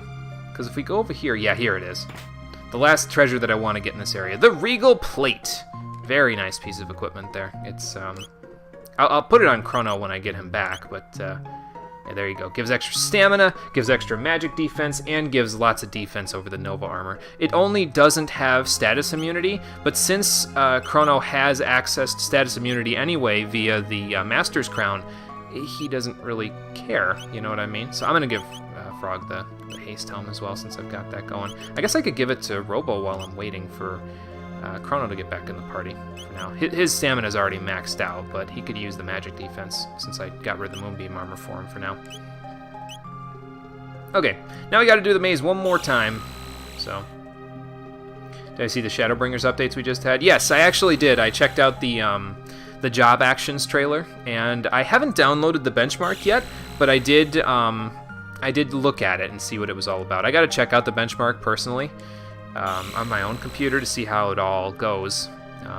I might upload a video of that, I'm not really sure. But the Job Actions trailer is... I really liked what I saw in the Job Actions trailer. I don't usually get excited for games unless I can see kind of the meat and potatoes of it. I don't get excited from just like, you know, pre-rendered stuff or trailers, that sort of thing anymore. I really like to dig into the mechanical stuff in order to get excited for a game that I'm going to play, and the Job Actions trailer was a step in the right direction, I think. I didn't see the live letter itself, though. I just saw the trailer afterwards, so I might have missed out on some information from the live letter. So, yeah, but it's okay. It's not a huge deal. There's lots of cool stuff. Yeah, it seems like it. It seems like they're adding some pretty nifty stuff. Things of interest to me personally were the fact that they added a fourth Greased Lightning for Monk. That's pretty insane. They made the riddles actually useful now, other than, you know, Wind, which was semi-useful depending on the situation, and then Earth was straight upgrade to Fists of Earth. They also, what else did they do? Summoner gets Demi Phoenix, which is really cool. Scholar gets Demi Pixie of some kind, like a pixie that's on a timer like Demi Bahamut. And these are just the classes that I play, so that's why they were freaking cool to me. And speaking of freaking cool, Dark Knight gets access to a shadow that it uses as a synchronized tank. It's like, what the hell, man? The only thing crazier than that is the fact that Machinist gets access to a mech now. Like, Jesus, man. Some crazy stuff coming up. It'd be really cool when I play it in, like, 2.5 years. So, on stream they detailed the changes in tanking and healing. Oh, okay, gotcha. See, I didn't see that part. Well, anyway, in this room, since we're unauthorized people here, we have to eliminate a set of, basically a wave of enemies, so that's what we're going to go do. Right about now. How about we do a Bubble Breath on this guy since it worked so well the last time. I might have to use a Mega Elixir or something at some point during this fight. Well, not a Mega Elixir, but maybe like a Turbo Ether on Robo. Something like that. Since they don't have the studs for the trash mobs in the dungeon. I like how I'm just calling them trash mobs now that I've played an MMO. What the hell? But yeah, since I don't have the studs, I will probably need to heal some MP here eventually. Alright, this guy gets zapped by Electrocute, so let's do that again. Where is Electrocute? There it is. And then, how about we do a drop down? Because why the hell not? Should kill him. I'll have to, like, look into some details from the stream then so I can check out what changes were made. Jesus Christ, the damage! Frog, Ayla, slow down! It's because he was shocked, though, there. That lowered his defense, so that's what caused all that damage. It's nuts, man. Alright, how about Bubble Burst? And then when Robo gets his turn, we'll do the Bubble Breath.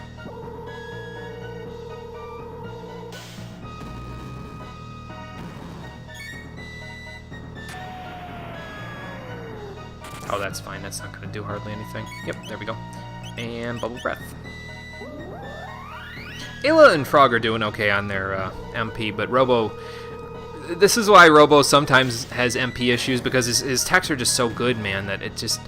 You have to kind of keep his MP managed, or else you're going to be in trouble.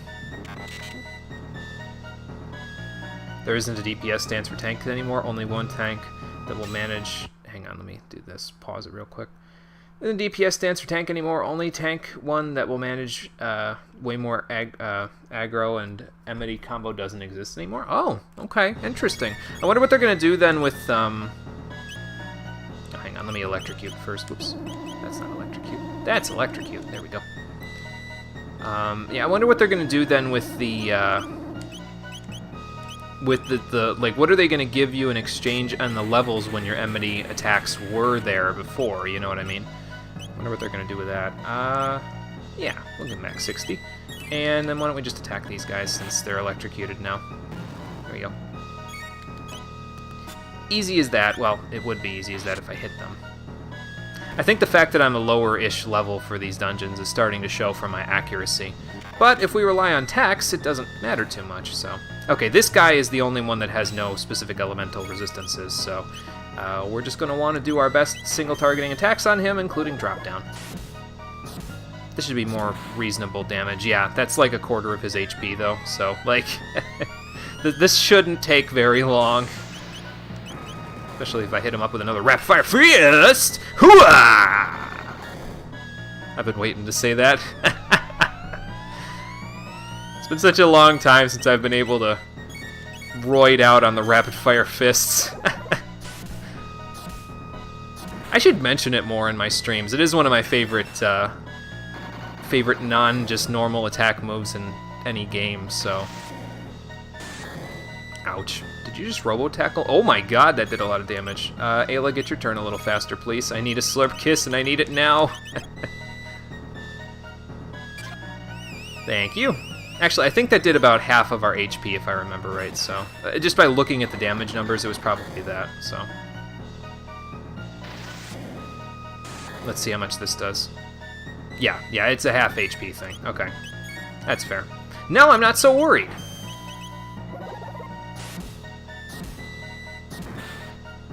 Nice. Gotcha!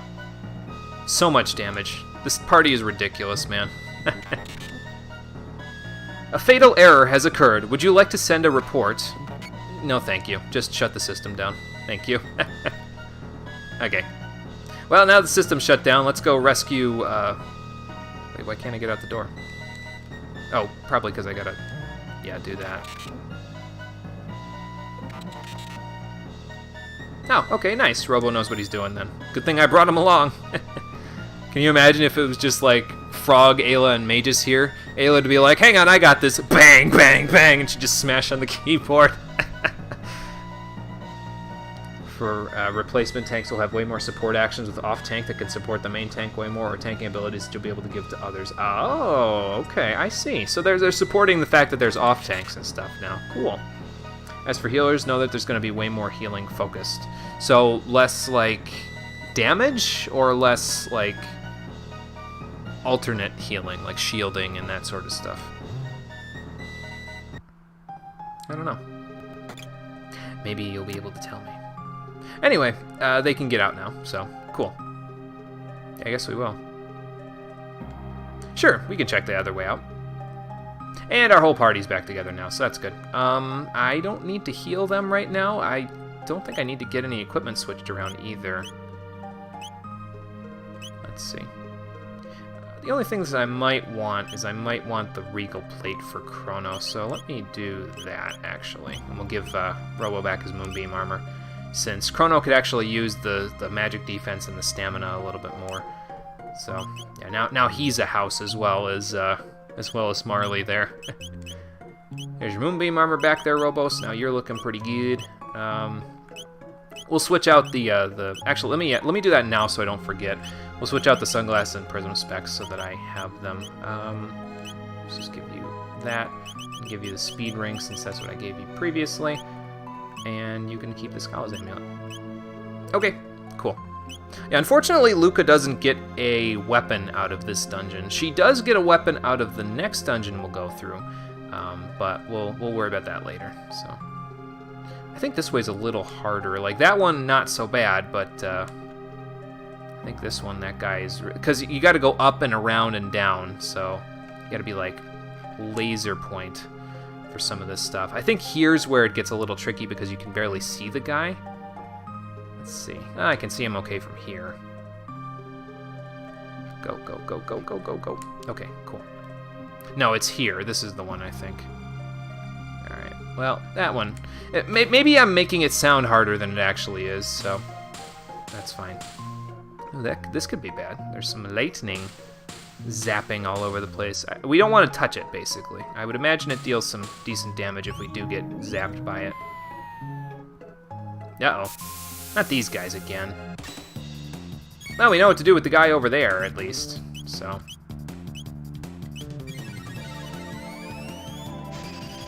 I'm fairly certain they're not weak to water. It's just that Ice Sword is really powerful, that's all.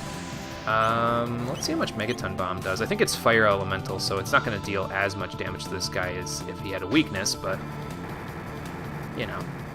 At least I don't have to use as much MP as Flare, then. That's not bad, Luca.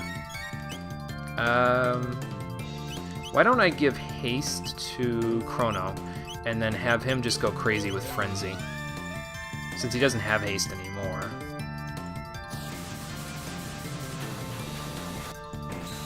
Yeah, that wasn't as much damage as I was hoping for. Well, then we'll try one of the swords then. That's fine. Let's do Fire Sword, and let's get haste on Luca. Since Marley's already got it, she doesn't need it. And then we'll just go from there. That's not bad. I think it's mostly less damage. Okay, got it. So I won't be a DPS healer anymore with Scholar, huh? That's unfortunate, but oh well. I mean, what are you gonna do, right? Oh, hey, nice, I got my turn back. Just keep doing this over and over again. I'm not using Fire Sword or Ice Sword 2 because it's really not as effective. They don't get as good of multipliers off of it, basically, so it's just not as good. I'm gonna use an Aura Whirl real quick, and then probably a Lapis once Luca gets her turn. That's not too bad. Let's use a Lapis just to heal up a little bit, and then we'll keep going with Ice Sword. There we go, practically back at full now.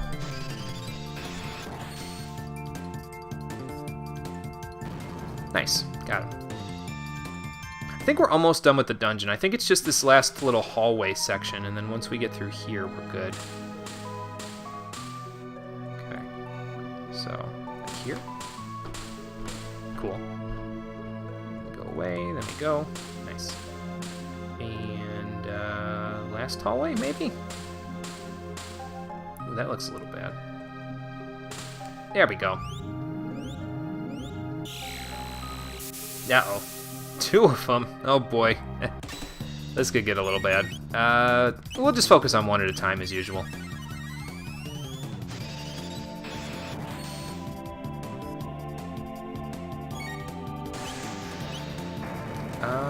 Why don't you stand pat for a second there, Luca? Just until we can get back to Marley's turn. I should have just had them use Fire Sword, so I could use haste with Marley to give it to Chrono and Luca. So we'll do that now. And Fire Sword go-go.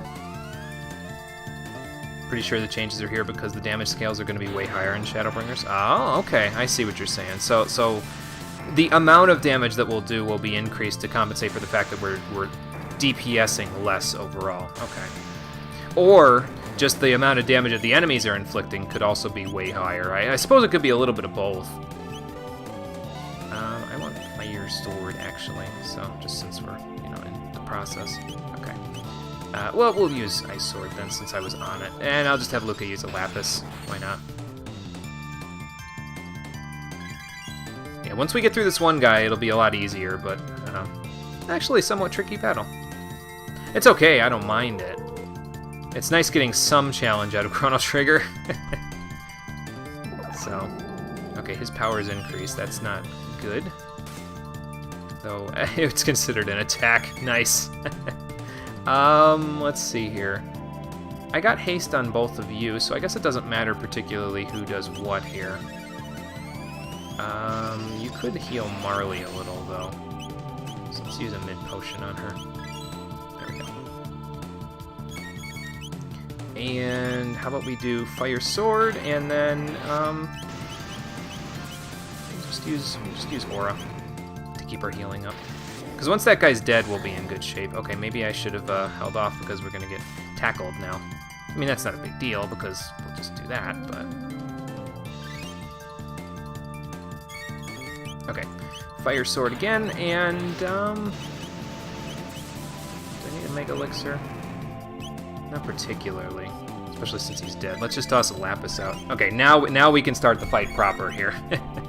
Let's see, how about we do an Aura Whirl, since we're getting damaged a little bit, and then I'll toss a Flare his way, why the hell not? The fact that healers are going to get stronger heals, like White Mages have an insta-cast heal, and the fact that tanks get support abilities as a way to redirect damage on the dummies or stuff, really makes you think that way. Well, that makes sense, considering... oh, he absorbs Flare. Okay, well, that just gets rid of all the damage I just did to him. That's not good. So, alright, just, you know what, we'll just use the what is it, Wonder Shot that she's got? Oh, he absorbs that. Great. Well, then we'll just use physical attacks. No big deal. But the Wonder Shot that she's got deals decent damage despite everything because, you know, it's it inflicts random damage. I mean, it would inflict better damage if I had, like, the... there's a different There's a different gun that she gets in the next area that we're going to go to that inflicts lots of damage depending on what her... It's kind of similar to how the Crisis Arm works, where it's based on HP, except instead of HP, it's based on her MP stat. So we'll make use of that eventually. Do we have... That's Shadow, so he's going to absorb that. How about we just use Frenzy, and then just keep going with the physical attacks? We'll get him eventually. Kind of not happy with the fact that he keeps stealing my MP, but, you know.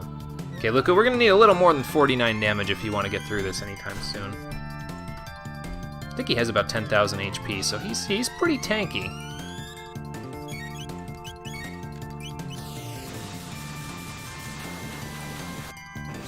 Maybe if I use some AoE attacks, this would go a little quicker, but... He's got to be almost dead now, though, because he's using his little tackle thing, so... Nice. That'll deal some good damage to him. And Frenzy, and then I think we'll use a Mega Elixir, because why the hell not? Could use the HP and the MP now. He's been osmosing it away from me, so... There we go. That's good damage, Luca.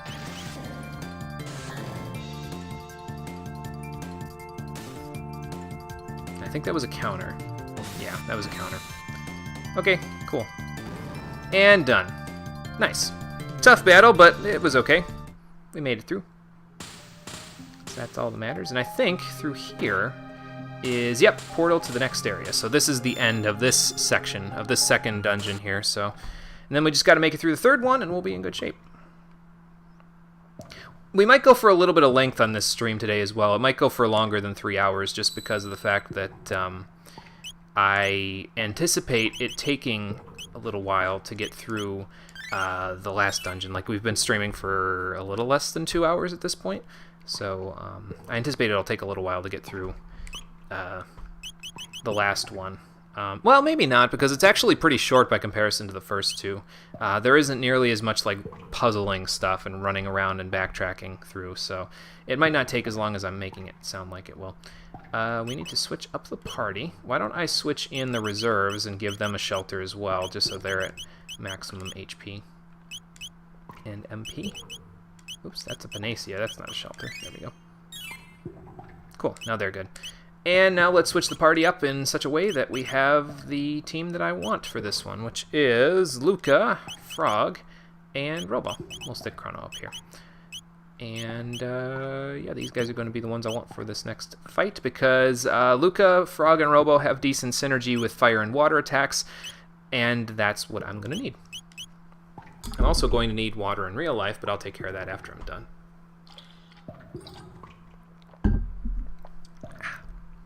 Do I want to switch equipment around? Of course I do. Let's see.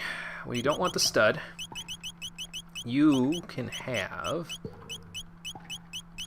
the sunglasses, I think. Well, let's see. No, you should probably have the prism specs because you're more damage focused.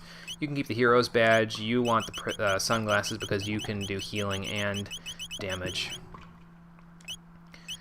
And we want the regal plate and the Master's Crown that Chrono has for Frog there. So let's do that, and do that, and do that. Okay, and I think we're good to go now. Let me just double check. Yeah, we're good to go now. Cool. So let's make that save again, and let's go take on Luca's boss. Just started watching Season 0 of Yu-Gi-Oh! You know, the one that we never managed to be published outside of Japan for a long time. Oh, okay. Yeah, I think I've heard about that one. How is that, anyway? I can't say I've seen it myself, personally, but I think I've heard of it, if I recall correctly. Oh, this is just like the other one where you gotta go up and around. Okay. That's fair. Let's see if Luca can find her shadow. Yeah, I'm not shocked. Marley said the same thing, Luca, so... Excuse me. Let's go see what this one's all about. So yeah, I got to keep Luca in your party for this one, but I already handled that part, so not a big deal. Oh, jeez, it's even in her room. Well, she's the shadow, the true self, you see, Luca. I don't know what that thing's supposed to be, though. Probably like a little helper. of some kind. She's got a combat drone from the Mass Effect series. That's just great. Anyway, so this is the Crimson Shade. So this one, the Crimson Shade herself is weak to water techs, and the I think it's the Exterminator or something like that. What's it called? Yeah, Exterminator over there is weak to fire techs. So we're going to take care of that, and there's a reason why I brought Robo into this party. It's because we can use Double Bomb, and he's in the correct slot to use it, and it inflicts tons of damage. So as you can see in a moment, it will make this Exterminator take not very long to kill. It does steal your MP, and it can heal itself and the Shade, but even with that being a thing, this still shouldn't take too long. I might even switch to doing Aerial Strike on the Exterminator because it's... I forget if it absorbs water. I don't think it does. But the faster I kill it, the better off we'll be. The less healing that this Shade can do. So, and then after that, we can switch over to Water Techs, which we can use on the Shade itself. And if we need it, we can always have... you know, like Robo or Frog. I might just have Frog heal, actually. There we go. Use that Double Bomb. I'll just have Frog heal next turn, and then we'll be good. I think the Exterminator has about 10,000 HP, if I remember right, or maybe 15. I think the Crimson Shade has like 12. So, yeah, there's the heal. Where is your heal? There, Frog. There it is. Cool. This should probably heal for about a little more than a Lapis, I think. Maybe about as much as an Aura Whirl. Okay, just about as much as a Lapis. Good to know. Because that will determine whether or not I use Lapises outside of this. So, we can do an Aerial Strike. Boom! Blast it. Even if it steals my MP, I'm not too concerned about that. I'll just use like a Turbo Ether or something.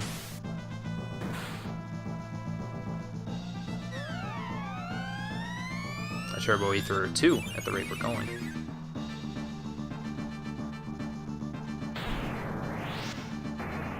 Or maybe I'll just use a Mega Elixir since she's using Shadow Fire. I don't need it that badly, though. So maybe I'll just Double Bomb and then I'll worry about it from there. Stop recovering! And then... maybe we can live on the edge a little. I can't do another Double Bomb after this, so I'm going to have to keep that in mind for next turn, but that's okay. Yeah, it's dead anyway, so it doesn't matter. Okay. So now that we've got that done, we can start working on the Shade itself. So this is where Frog and Robo are going to come in handy because they can use their Water Techs to do some better stuff. So I'm going to use a Mega Elixir since I don't have good AoE. Well, I do have good AoE healing. It's just that Robo's the one that's going to use it, and I would prefer him damaging the boss, actually. So, because Bubble Breath does lots of damage. It has really good multipliers on it, so it's better to have him just doing this to the boss. I think it has about, like I said, like 12,000 HP or something, so this shouldn't take too long. We can actually just have Luca stand pat so she can heal or just shoot with her gun, really. Because she's not doing too much. I think the thing negates fire elemental techs, so if I can hit it, we'll be in good shape. If I can't, well, that's not a huge deal, but... You watch Yu-Gi-Oh! In the French dub, you didn't have nearly as much censoring as we got with 4Kids and stuff, and even though it still didn't get published on your part, the thing is, it's actually pretty good. It really has identity. It can be really touching. Pick an example that speaks for itself. Okay, sounds good. Yeah, give me an example so I have something to go on here. And then we'll go from there.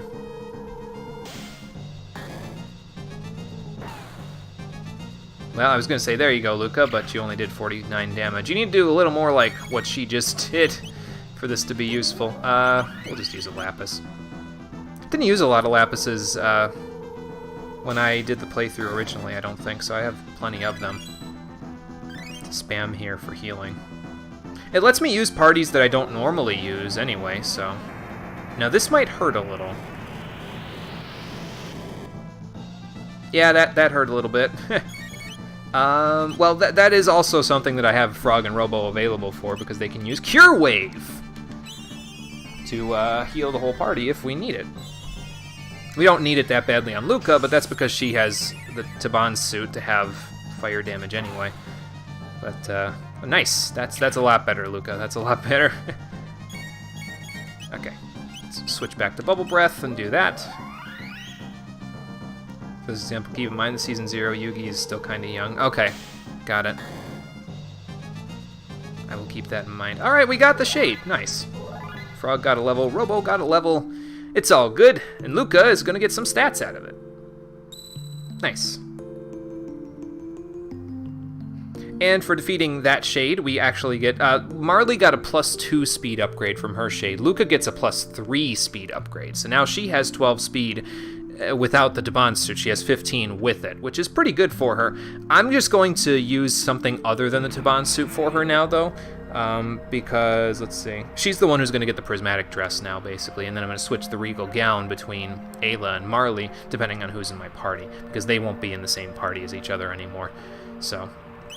but yeah, it's really solid for her, the extra speed that she gets, because it really makes things a lot easier for her to be useful. Let's see. In the next area that we're going to, all of the major treasures that I care about are after the first random room sections, so we don't have to worry about that too much. I might even use the party that I'm going to use for it all the way through the dungeon, actually. Let's see. Well, no, because that party doesn't have really good healing.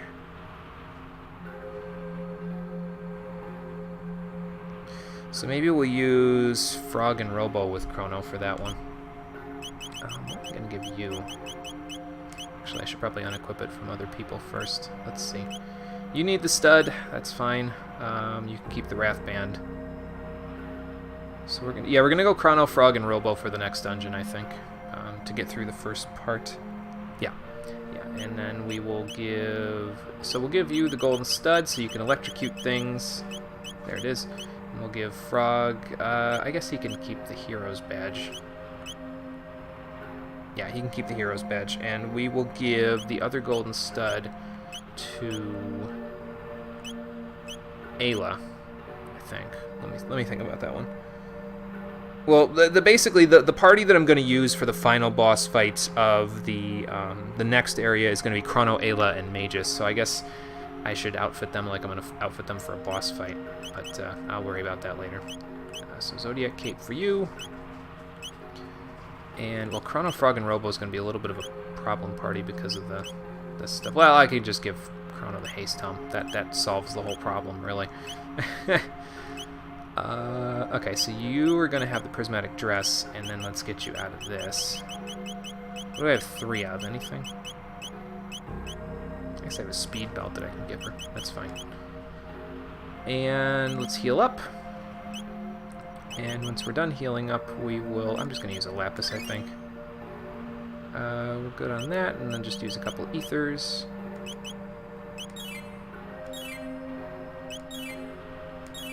Got them in my inventory, might as well use a few of them. Alright, so now let's switch the party around, get Chrono back in here, and then we'll be good to go. Okay, I will make a save as well before we head to 1000 AD. I don't remember where this one is, but I think it's pretty close to the Millennial Fair, if I remember right. So, oops, that's not what I wanted to do. Get me out of here. How do I get me out of here? Do I reload my save? Because I'd rather just do this. Why is that there if I can't use it? Okay, well... Rip, we're gonna reset then. Hold on. There we go. Glad I saved. I think I saved.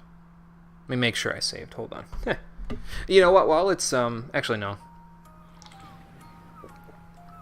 It is already booted, so I will just make do. Yeah, I did save. Cool. I wanted to get into my ship, but I pressed A before I was on my ship. So, alright, there we go. Now let's warp to 1000 AD.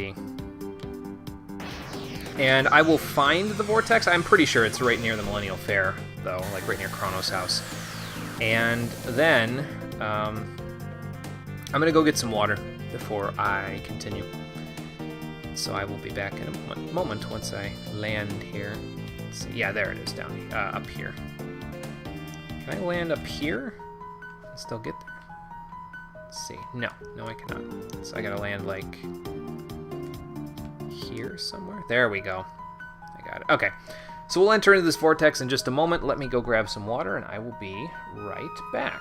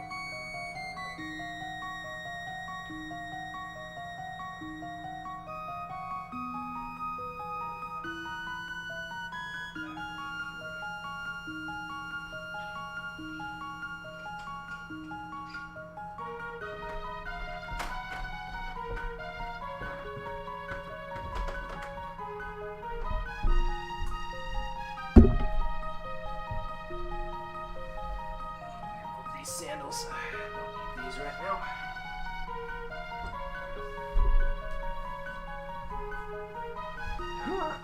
Alright, I have returned. Rockin' Fun, let me see what the example was, since I saw, just as I was getting up, I think you finished giving me the example. So let's have a look. Let's see. So in the second episode, they're hanging out in a fast food place, but a criminal is hostage taking the place, and of course has Yugi's closest friend just under the gun.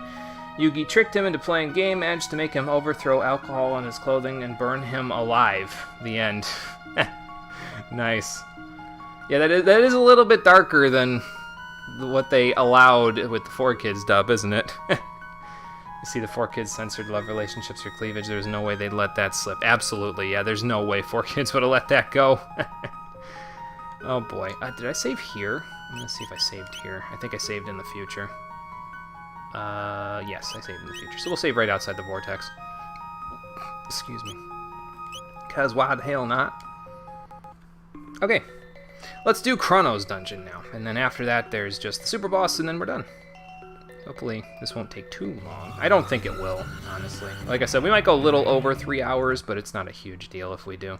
It's better off that I get all of this stuff done in a single sitting, I think, rather than trying to, trying to be like, well, let's come back tomorrow and do it. And it's just the super boss fight, and it takes like an hour at the most. Actually, it wouldn't even take an hour. The super boss is probably going to take me about 20 minutes to beat, so yeah, at the most, including like the cutscenes and stuff. So I'm just going to avoid all these things that make noise here, because if you remember when we were here the last time, stuff that makes noise summons enemies, so we don't want that. Is there anything... Yeah, like I said before, nothing in this first area is in the new rooms. And this is the new room right here, the one that wasn't part of the original game. So, yeah, we'll take care of things here. Well, I got Chrono and Frog in the same party again. Let's use good old X-Strike. Hiya! Not much of an X right now, but, well, it all works. And then, Robo, why don't you give them a Rapid Fire Fist to make up for the fact that you don't have X-Strike. Nice. Good job, team. Lots of good single-target physical attacks here. Oh, I must have missed a dual tech. I didn't get the Megavolt dual tech. Huh. Interesting. Let's see. What does that one do, anyway? Megavolts. Attack all enemies with electricity. Lightning 2 and electrocute. Okay. I think I remember that one. That one's not actually as good as it sounds like. It sounds like it'd be really good against enemies with electricity weakness, and I guess it probably is. But, yeah. I don't think the multipliers are very good on it, if I remember right, so...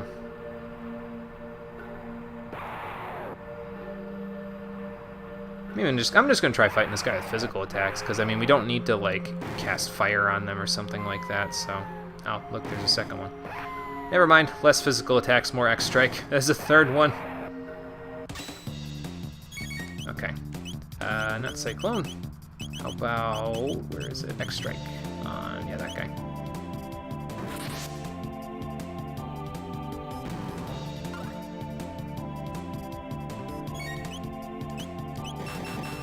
Yugi Awakening personality is literally Nagido from DR2, and it's even the same actress that voiced them. Oh, okay, gotcha. I'm not sure what DR2 is, personally.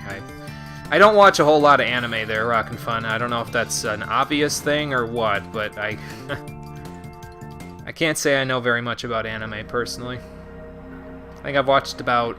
I'm trying to think. I could probably count on 2 hands the amount of anime that I've watched in my lifetime. Oh, Danganronpa 2. Okay, I see. Okay, that's not exact... I mean, it's anime, but it's a video game anime, basically. So... can I X-Strike the Chieftain? Does he die as easily as his youth does? He does die as easily as the youth does. Okay, cool. Yeah, I haven't played the Danganronpa games either, unfortunately. They're rockin' fun. That's it's on my to-do list eventually. My to-do list is very long.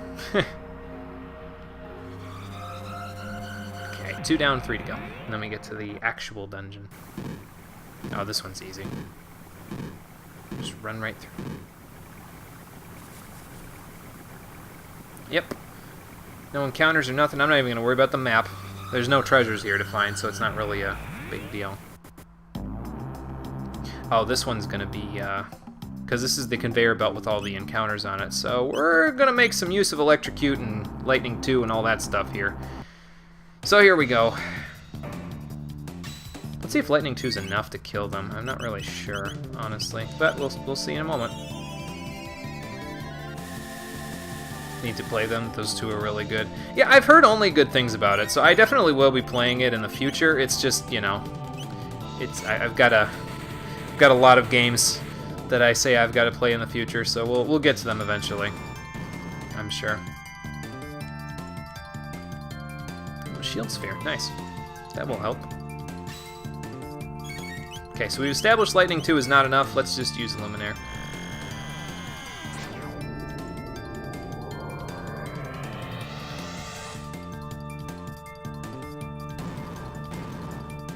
There we go. And a Barrier Sphere. Cool. Probably get a few more of those as we go here.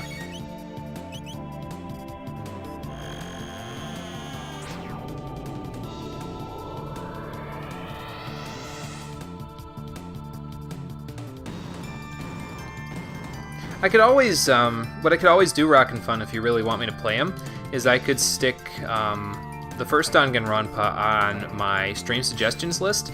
Now, there will be some changes to how I do the stream suggestions list in the future, but basically, there will be a vote, basically. Well, not a vote. There will be a selection from the list of games that are on there right now, and one of the games that are on there will be picked, and the rest you'll have, well, not you specifically, but whoever suggested them will have to resuggest them again.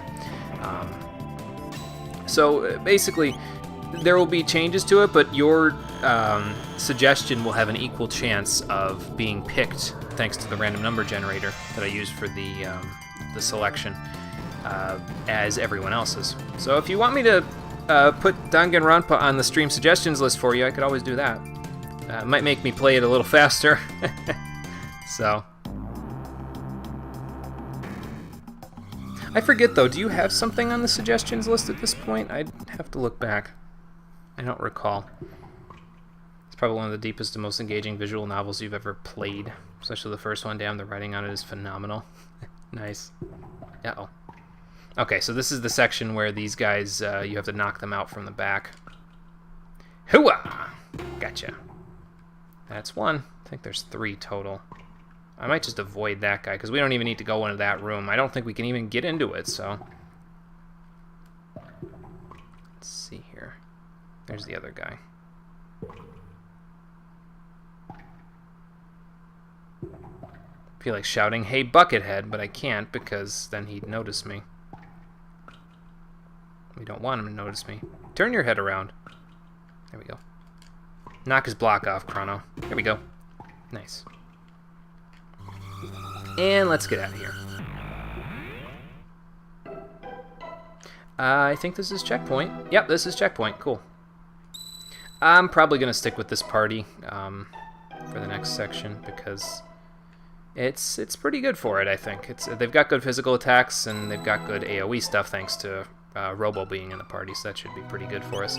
I'll use a shelter because why the hell not? I've got enough of them where I don't need to worry ever again about them, so... And let us make a save. I'll probably get to around 55. As a matter of fact, the ladies are already at 55, so I'll probably get to about 55 by the time I fight the super boss. So I'll be right on the money for that one. So, okay, and here's the actual area that we're going to. It's a volcano area. It's got some circling around in it. It's not really backtracking so much as you're circling around the same area after you unlock shortcuts and that sort of stuff. So it all makes sense eventually. Like, I guess I could say it that way. Can I get around these guys? Maybe. Yeah, I guess I could. Nice. Let's see. I'm trying to think if there's... Okay, this is not the way. Obviously, there's a ladder here, but I don't feel like dipping my feet in lethal lava land, so let's just actively avoid that. I think if you walk here, yeah, you can avoid the fire there. That fire is an actual enemy, but, well, I dodged it, so... And in this room is where we can get some neat stuff. A couple chests. Another Master's Crown. I can equip one on Chrono and one on Frog now, so that's good. And some Athenian water. Cool. Let's see. There's a little bit of thunder and lightning outside, by the way, as well. It's looking like it's going to rain. So if you hear anything in the background booming, it's probably that. It's too bad I can't get a second Regal plate. That would be really nice. Let's see, do you have anything other than the Nova armor that I can equip on you? I could equip the Moonbeam armor on you. Because you got status immunity there. Because I won't need the status immunity if I equip the Master's Crown because it has it. So, the rest of his options are not so good for right now. So that's the thing. This is why I usually don't use Chrono and Frog in the same party, is because they share equipment, and well, sometimes that makes things a little difficult for them. You know, I kind of would like to keep Chrono's HP up a little bit more, I think. So let's see. I could always give Robo the haste helm. I think we'll do that, and then give him the Nova armor, maybe. I think I'm just eating into his what's it called at this point. So we'll do this. This setup is fine. I know I've got too much status immunity here, but you know what, actually, yeah, I could do that, because even though that's less defense for Chrono there, most of the enemies in here that inflict any kind of elemental damage will inflict fire damage, so the Ruby armor will be pretty good in that regard. Probably also really good and interesting spin-off in a thing called V3, but we kind of don't talk about that one. Oh boy. Try to put it in the stuff we talked about. It can be fun to see on the stream. Okay, yeah, I'll put it in the stream suggestions list when I'm all done today then. Not a problem. And like I said, everybody has an equal chance of getting selected, or will have an equal chance of getting selected once I start the selection process, so. Whoa! Where'd you come from? Feeling like Serana again. Let's use X-Strike and then a Rapid Fire Fist, and I'm not sure if that should be enough. He's got like 3,500 HP, I think. So he's got decent HP. But, I mean, between the three of us with all our physical attacks, we should be able to blast him to death anyway, so. And again, I get to use parties that I'm not actually normally using. Normally, during the playthrough, at the very least, I mostly used Ayla, Frog, Robo, or Chrono, Luca, Marley, and then threw Magus in there occasionally for the hell of it. So, you know, I get to use things I don't normally get to use. There's a strength capsule there, but there's another passage down here, so don't sleep on that one, because I want to go over here and grab the Dream Reaper for Magus. It's a decent scythe for him. It's better than the Doom Scythe because it basically is like, I don't know if I got the Suzaku sword for Chrono in the playthrough, but the Suzaku sword for Chrono is basically the second best sword in the game besides the Rainbow Sword, and it does basically what this one does, where it gives you damage times 4 for crits. So that really helps Magus because his critical hits are now a lot better. Not that he gets critical hits all that often, but you know, it's better than the one that I had. I usually don't like keeping my allies KO'd just for the sake of increasing damage. Not my cup of tea. Oh, we got a strength capsule, so I can give that to Chrono. Kind of wish there were more speed capsules in this stretch of the game, but oh well, it's not a huge deal. then I could, you know, get everybody to almost max. I could if I really wanted to, because I could just go back through the Black Omen and get a bunch of them, but yeah, I don't really feel like doing that, so let's see here. There's one left, and one item of interest to me anyway that's left, and I think it's up here if I remember right. I gotta go up and around here. Can I get by these fireballs? No, I cannot. Okay, fair enough. They're probably weak to water if I had to guess. Okay, I can't sword stream them and get them with it, so... Whoops, nope, not that one. Attack all enemies with a laser. I guess we could just Luminaire and then, I don't know, Water 2 or something. We'll let Robo hold off for a minute. See what this does to them. Okay, that heals them. So that's not a good thing. We'll just Rapid Fire Fist then. See how much this water attack does. Okay, that does something. Not much, but something. That's much better. Uh-oh. He's blowing up on me! Oh, that wasn't so bad. Alright. X-Strike a go-go then, and we'll be good to go. Yu-Gi-Oh! Season 0 is really touching, and the dark tone works out so well, but so much censorship anime went through in the West the moment there were just no way to have the season published. Yeah, that makes sense, yeah. So did you watch it with subs then, Rockin' Fun, or how did you watch it? Was it like, it was never published in any language outside of Japanese then, I would assume. So, uh-oh, what's that sound? Oh, just a bunch of rats. I ain't above punching rats! After they steal all my MP. Assholes. Is this gonna be enough to kill them? Well, if it's not, I can always do this. Yeah, that should be enough. Yep. Cool. I forget how much HP they have, but it's deceptive. You'd think they wouldn't have that much, but they do. So, okay. We gotta look for a switch, basically. That's what I'm running around this area for. If we can find a switch to drop the lava level, like a water level switch, except for lava, we will be in better shape. Alright, X-Strike. Rapid Fire Fist, then X-Strike again, and we'll be in good shape. Oh, that's fine, man. Just keep using fire on the guy with the thing that reduces fire damage to 1/5. That's great.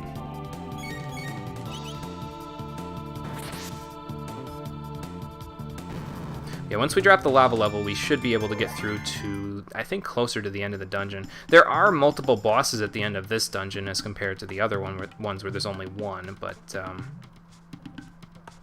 it's not that big of a deal. Okay, we got dancing fireballs, and I think, if I recall correctly, if we go this way... Yeah, there we go. Another secret passage that leads to the last weapon that I care about, the Spell Slinger for Luca. Like I said, similar to the Crisis Arm, except it's based on her MP stat instead of her HP stat. And since the Wonder Shot is random, I figure this isn't as abusive, especially since it's Luca and she's really not attacking all that much. So we'll give it to her just as an option. Am I using her ever again during the playthrough? I am using her again in the super boss fight. So we will see her. I don't know if we'll use the weapon at all because most of her attacks are going to be magical during that boss fight. I'm trying to prioritize magic damage in the boss fight for a specific reason that I will talk about when we get there. Yeah, once we get there, I'll talk about that. For now, let's just keep spamming Luminaire on these guys. And I guess we'll do Water 2 as well. Didn't talk about... Did I miss anything? No. Didn't talk about the first episode where Yugi gets physical and more harassment by a super buff guy that beat the shit out of his friends and used to bully him and asked him to pay him 20,000 yen for his bodyguard service. Oh my god. Oh boy. You watch with a fan sub, no other way except for the manga, and it's kind of hard to find and managed to be even darker. Really? Man. Oh man. Alright, well we gotta find our way up here. I don't think we can get over there yet. I think we can get there now because we can use the ladder. Yeah. Yeah, is there...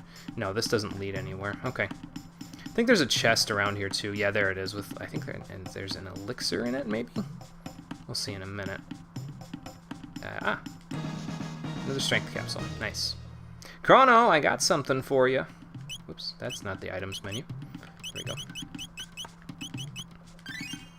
Cool. He's getting there, folks. He's getting there slowly but surely. If I was to raise his levels a little bit more, he'd probably max out on his strength, but, well, I'm not planning on raising his levels all that much. I could also, you know, always go charm strength capsules from some of the enemies in the Black Omen. I think you can get infinite strength capsules. I don't think you can get infinite magic capsules or speed capsules, though. I think it's just the strength capsules that you can farm, if I remember right. So...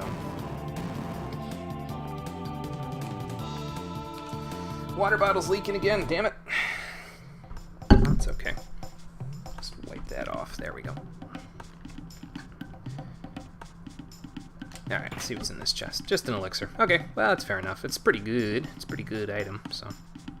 I haven't used that many of them lately, but I could always use them later. I just find that multi-target healing in this game works a lot better for me personally. I don't know. Maybe that's just me. I feel better using multi-target healing, because then I don't have to worry about anybody's HP. I mean, if somebody attacks a single target, then it's like, okay, you know, I kind of get it, but... when most of the attacks in the endgame are hitting multiple targets for large damage, it's like, well, I should probably, you know, deal with that. Anyway, that switch drained the lava, so now we can make our way through here. And this leads us back to the first area that we were in, when we couldn't get to the right side of the room just yet. And this will lead back out into the area, and there's that ladder that I was talking about before that leads down into Lethal Lava Land. Well, it doesn't lead down to Lethal Lava Land anymore, so that's good. Excuse me, because that means we can go through and head towards the end of the dungeon. So that's cool. As the super buff guy, Yugi gets a bit angry and throws him from the roof of the school. Oh my god. Yeah, that is dark. It's funny, though. Anyway, yeah. It's okay. It's a good tangent, because it's something I'm not really fully aware of at all, so... Alright, let's see where this takes us. Another switch, okay. Let's see what this one does. Probably drains the lava even more. Crater Surveillance Ladder, okay. I don't know where that ladder goes, but probably somewhere important. Oh, I thought it was going to... blank out and show us, but no, it doesn't show us. I do know where I think it dropped the ladder, but it's on the second screen again, so let's go that way. Might have to fight through a few enemies we already fought through to get there, but that's okay. Shouldn't take too long. Probably gotta fight another Gaj, yep. Because I think the ladder is like right through that door and then just a little bit to the right, so shouldn't take too long. There's an X.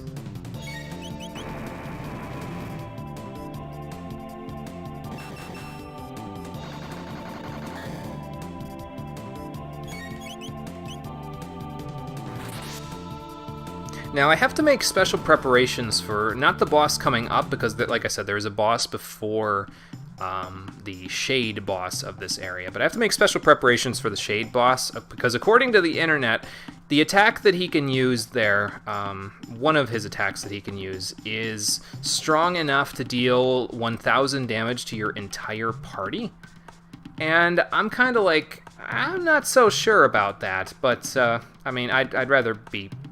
cautious if I could, so I'll probably be equipping some special equipment for that one. Hopefully I'll remember. Okay, I think we're almost done here. I think it's just after the fireballs and stuff that we gotta fight here, we'll be in good shape. Let's see here. I want to use... what do I want to use against these guys? I think I might just kill them one at a time, actually. I probably could have killed them with, like, Frenzy, Aerial Strike, and thing, but that's okay. This is fine. It's funny how in SMT games it's kind of the opposite. You want to really have powerful single target attacks for endgame. Yeah, it's from the what little knowledge I have of the SMT games, yeah, it's definitely true. You definitely want to have some good single target stuff. I don't know if Persona even counts towards that, honestly, but I have played a little bit of Shin Megami Tensei Nocturne. I played about the first 2 or 2.5 hours of the game. Well, actually, that's not true. It's probably a little longer than that. I got through... oh god, where did I get to?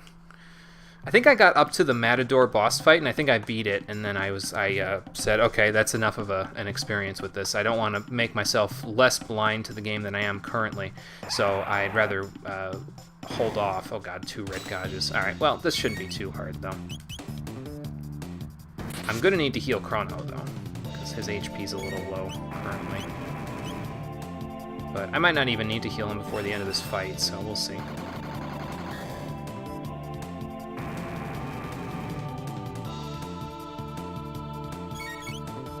Get rid of that guy, and then we'll start on the other guy.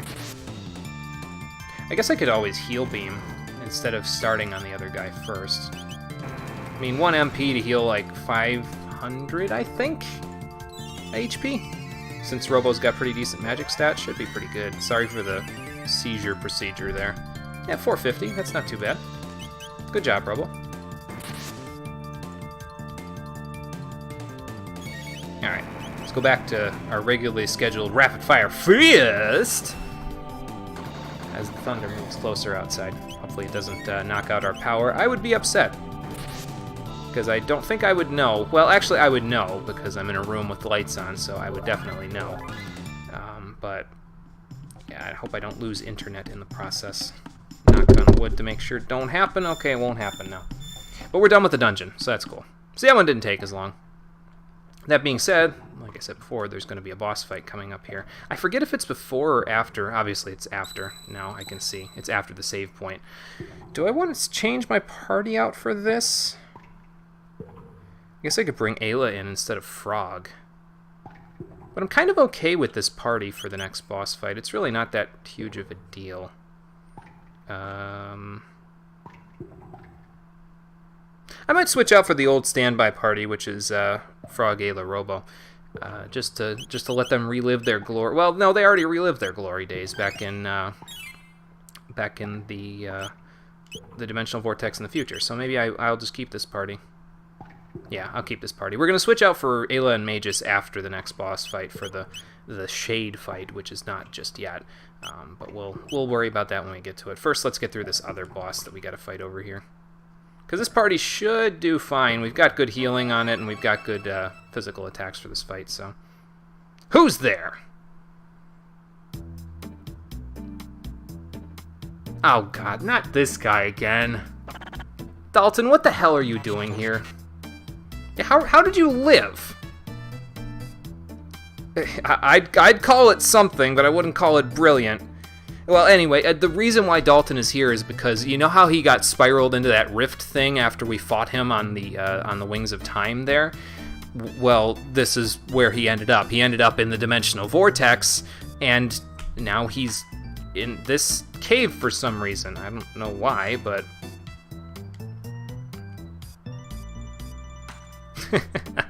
Well, you asked me, so... Actually, you probably would have died, because Lavos killed everyone in the Ocean Palace, and that would have included you. So, you kind of owe us a little, Dalton. If anything, you should be helping me become the ruler of my own age. I mean, I kind of already...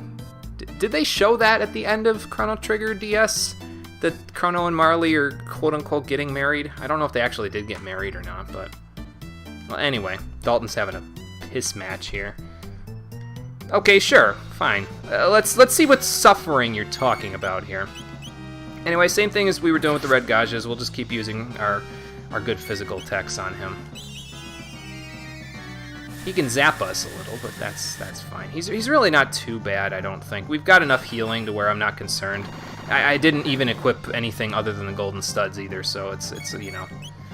I'm not really concerned by Dalton, I'll be honest. He does have a lot of HP, if I remember right, but he's really just like, yeah, you know. Difference between AoE and single target attacks, the same type of difference in damage is huge. Yes, for sure, absolutely. In Persona 4 and 5, you don't see the difference that much because they nerfed the difference between AoE and single target. They want to make those games easier for newcomers. Okay, that makes sense. That explains why. I usually still just use single target attacks, though, anyway, in the Persona games, if there's only one enemy. So, it's kind of a holdover from other games where they've sort of done a similar thing, where it's you could use You know what? You're getting your second win. Let me get my second win real quick. Give it to us, Robo. There we go. Cool. I don't know if second wind restores his HP or something like that. It would make sense, but whatever. We'll just keep going. We'll have him before long anyway. I think you can drain your MP now, if I remember right. I forget, honestly. Yeah, there it is. Okay, he just drained all of Robo's MP. Well, that's upsetting, but it's fine. Just keep going. Who's he going to drain this time? Chrono? Okay, that's fine. Nether Blast. Oh, boy. Oh, he's got Dark Matter now. Great. So that's what you've been doing all this time through here. Why did you take so much damage there, Chrono? Let's give him a Barrier Spear. I think that would help a little. Let's do that, and then you have no MP left, so why don't you toss out a... Let's toss out a Mega Elixir, why the hell not? We'll wait. We'll wait to use our turns until we get our turns back, so... Oh, and he has Luminaire now. Great. Just... That's fantastic, Dalton. Ow. That did a little damage. Not item. There we go. He has the Iron Sphere still, that's fine. Let's just use Heal Beam. Not that I really... Well, I guess Chrono needs it, but I could probably have used Cure 2 instead. So, oh well, not a big deal.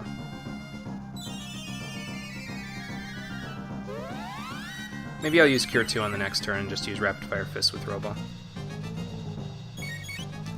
Just attack him there. And, okay, this might hurt Chrono just a bit. Oh, didn't hurt that much at all. Okay, well then why don't you just use regular Heal Frog, and then we'll use Rapid Fire Fist with Robo. Yeah, that's not going to do you any favors there, Dalton. I can still attack you for hella damage even without my MP with Chrono. There we go. Sweet. Bap him up there, Robo. Okay, so we'll just keep attacking without our MP then, and we'll be in good shape. You have MP though, so why don't we use it to do this? I don't know why I'm letting myself linger on 0 MP. I guess if I take too much damage, I'll just frickin', I don't know, use a Mega Elixir or something. We've got enough, I think, to get through this and the Super Boss, so... Usually the main difference is for single-player economy. I think that's it, because it wouldn't be a Dalton boss fight unless he burped at me. And I think that's the end of the fight there. Yep, all good to go. I don't even want to know the implications of sour grapes, though. Like, that's... I don't know how the censors let that one slip past, but whatever. Yeah, it's more economical for single targeting attacks because it uses less MP usually, so I think that's usually why I do it. Although in the Final Fantasy games, at least some of the older classic ones, that doesn't matter as much because you can just use a whatever level spell on single or multi-targets anyway, so... Oh, will you? Yeah, I kind of doubt that, Dalton. First, you're going to have to figure out how to get out of here first. And I think that's going to take you a little while. Yeah, and there's that too, so... Now, that is a bit of a dig towards Chrono Cross, actually, because Chrono Cross's story begins with Dalton raising an army in Poor, and, well, it's not specifically said that it's Dalton, but there's an army that's raised in Poor. They become the world's foremost military power, and they destroy all of Guardia, basically, and that's how Chrono Cross begins. It happens like a few years after that happens in the story.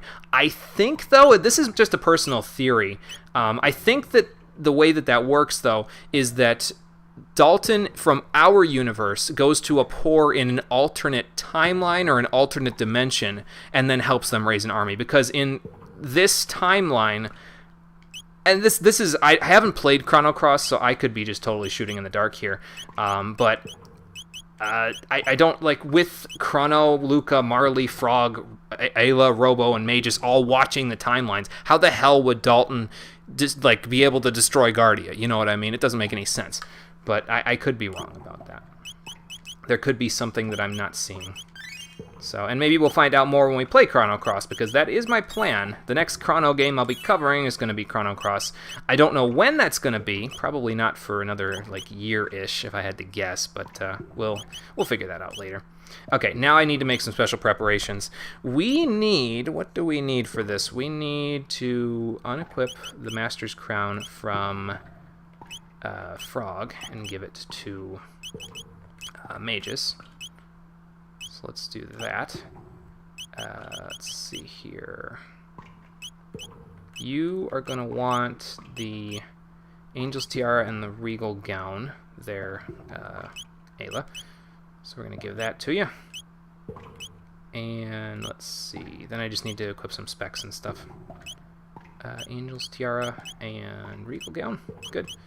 You are going to want to have some... let's see. I'm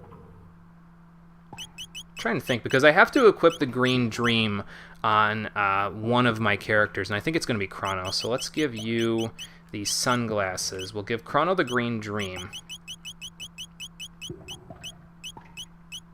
There it is.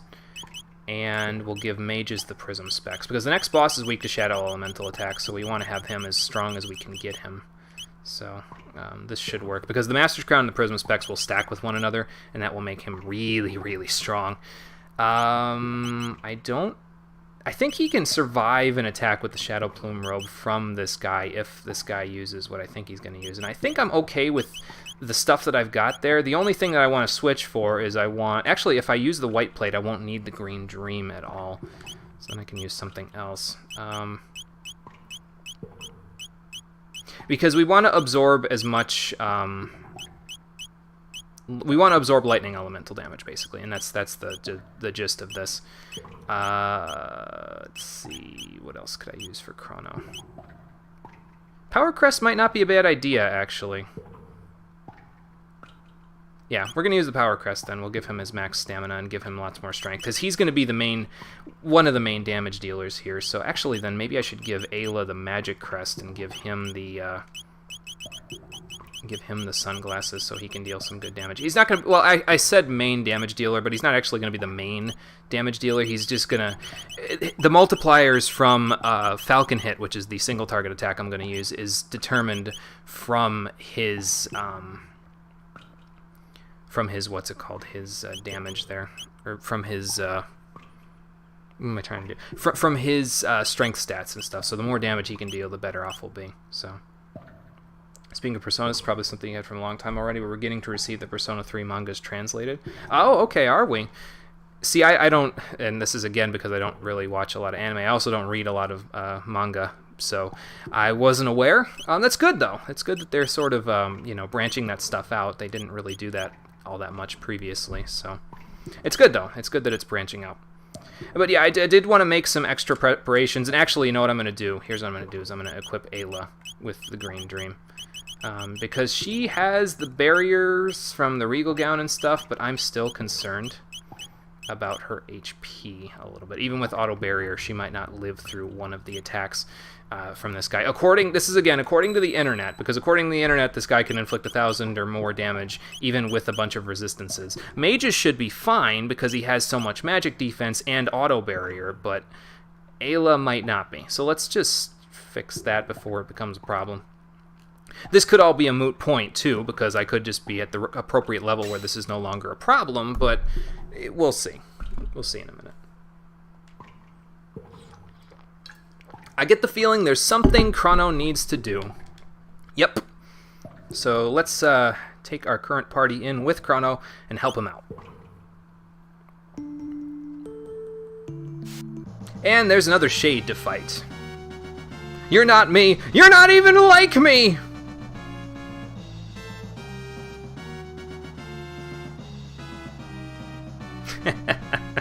Oh boy. Magus is up to his old tricks, isn't he? Okay, so this is the Steel Shade. Now the Steel Shade is weak to Shadow Elemental, like I said, but it's probably the toughest of the three. I think it has the most HP at the very least. So I'm going to check something. I want to see how much Drill Kick and Falcon Strike do by comparison to one another. And I'll just use Dark Matter with Magus until I need to heal. But, okay, so that does 918. That's not too bad. But we're not really going to be in too bad of shape for the beginning of this. Once he starts pulling out the big attacks, that's when we're going to need to be a little more careful. But yeah, there you go. There's the big damage right there. Excuse me. Ayla, why don't you wait for your turn there, and then we'll go Falcon Strike and more Dark Matter. See, that Energy Blast there is a, what's it called? It's a Lightning Elemental attack, so that's why Chrono absorbed it. So that should be pretty decent for him. We'll see how much it does to Magus since he has the barrier up. It still did decent damage to Ayla, so yeah, that Green Dream might actually come in handy if he starts blasting me with... basically, he has his own version of Luminaire, which is not this, but it could still cause trouble, so... Yeah, that caused a little trouble for Ayla, so we're gonna have to heal her, I think, in a few minutes. Still doing pretty good with the Falcon Strike, but yeah, she's gonna need healing like ASA next turn. So that's fine though. Also beginning to have Danganronpa mangas, but they're really not great aside from the aesthetics. God damn it! Oh jeez. Ayla, why don't you toss out an elixir for yourself? I don't think you'll need it that badly, but it's fine. It's better than, you know, leaving you to die. That would not be good. Give it to him, Chrono! Actually, that does, I probably could use that in Triple Kick, and still get about as much damage as I'm getting out of Falcon Strike, so maybe I'll just do those separately, and we'll just go from there. I was hoping that Chrono and Ayla would have good synergy, but maybe their multipliers on their dual techs aren't as good as I was hoping. Or maybe he just has more defense, since now that he's a little lower on the HP there. Could be. Let's use an elixir on Magus's. I don't need to use an actual elixir, because I could have just used a Turbo Ether and gotten the same effect, but, well, it's fine. I was already there, so... And do a nice trip kick.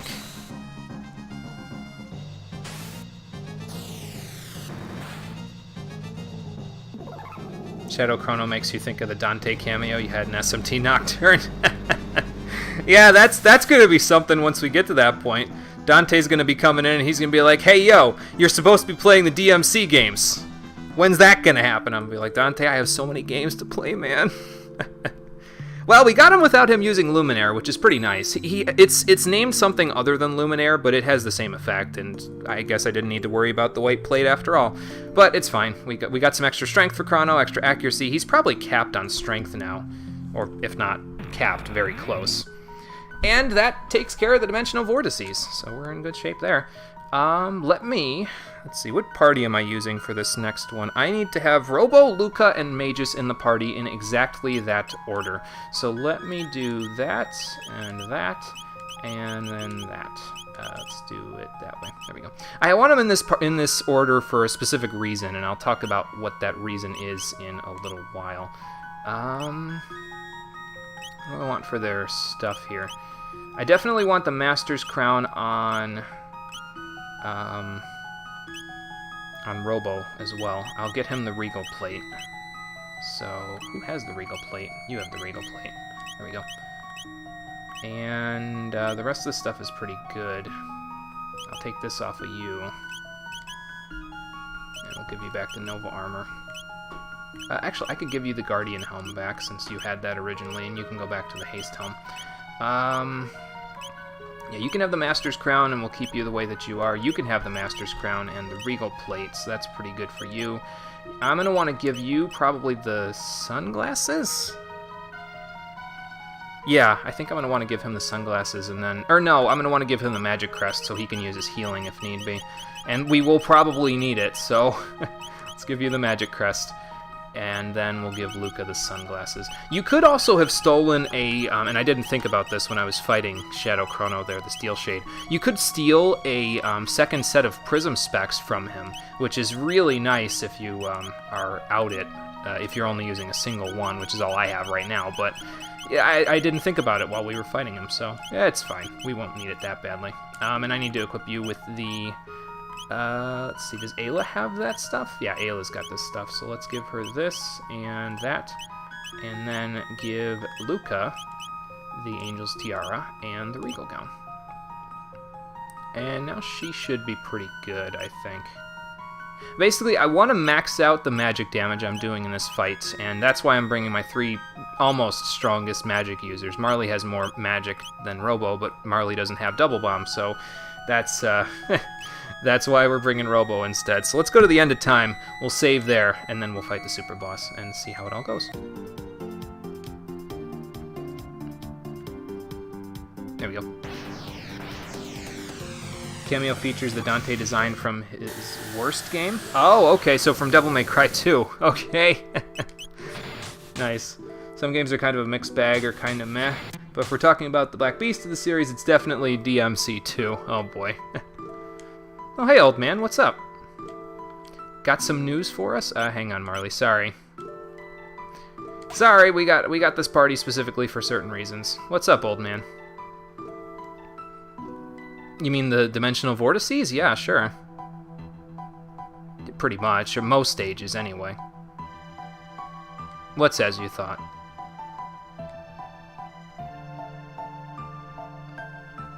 Oh, I wonder what you mean by more.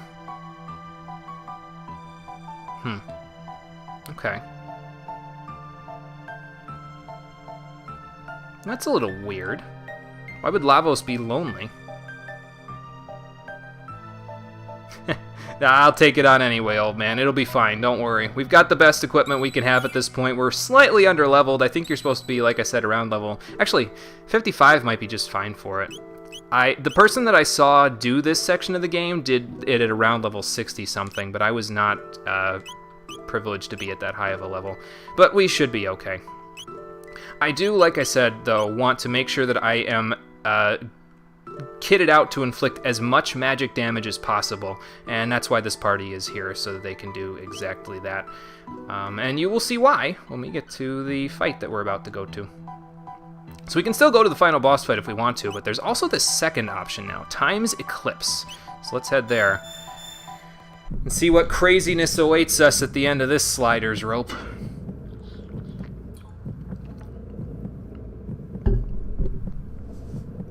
Excuse me.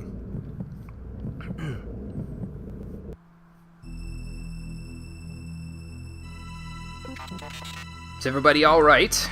We kind of fell quite a ways. That is the question, isn't it? What the? Magus, are you gonna have to fight a shade of your own? And why aren't you in the first slot in the party? Well, there's a reason for that, and I'll explain it once we get to the boss fight. Who are you? Oh, well, okay then. Yeah, it's Magus. Yeah, I don't get it either, Magus. Oh, okay, I see. So he's a Magus from an alternate timeline or an alternate dimension. Again, sort of hinting at the Chrono Cross stuff, that there's these alternate places that these people can come from when time gets distorted like this, so... Right. So he's from an alternate dimension. And apparently, in his research, he found his way to the Time's Eclipse. Why does time need to feast on thoughts, dreams, and memories, though? That worked out so well for you last time, didn't it? No offense, Magus. But we're definitely going to be meddling. So meddling is basically my middle name, Magus. So don't think that you can get away from me. Let's go inside and fight. DMC2 is really not good, but Dante's outfit is super sick on that one. Okay. I'll have to keep that in mind when I play through the series. I know it's not as cheesy as DMC1 is, and GMC1's English translation was pretty damn cheesy. Did you hear the heartbeat in the background there, ladies and gentlemen? Probably not with my stupid-ass voice over the top, but yeah, whenever you hear that heartbeat, Lavos is not far. And apparently he went Super Saiyan Rose while he was in Time's Eclipse. What is Scala doing here, anyway? I mean, I know, but I'm not going to tell you just yet. Because I don't know if they actually explain it. Didn't really work out for you, did it, Magus?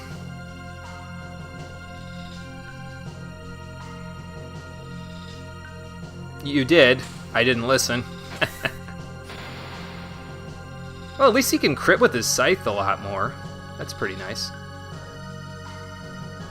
It doesn't seem really like you, Scala. I think Lavos has taken over your brain a little bit. Yeah, again, this is kind of going into some Chrono Cross stuff, but oh god, we should probably, yeah, leave before we get blasted out of into oblivion there. Sucks to be that guy. Well, I know, Robo, but that's kind of the point. It's fine, we'll fight him off. I don't know what it's doing here, Luca, but it's about to not be doing here. Impossible for you, mages. Possible for all of us. The only thing that's getting destroyed today, Scala, is the Lavos that's controlling you. So let's take care of it, shall we?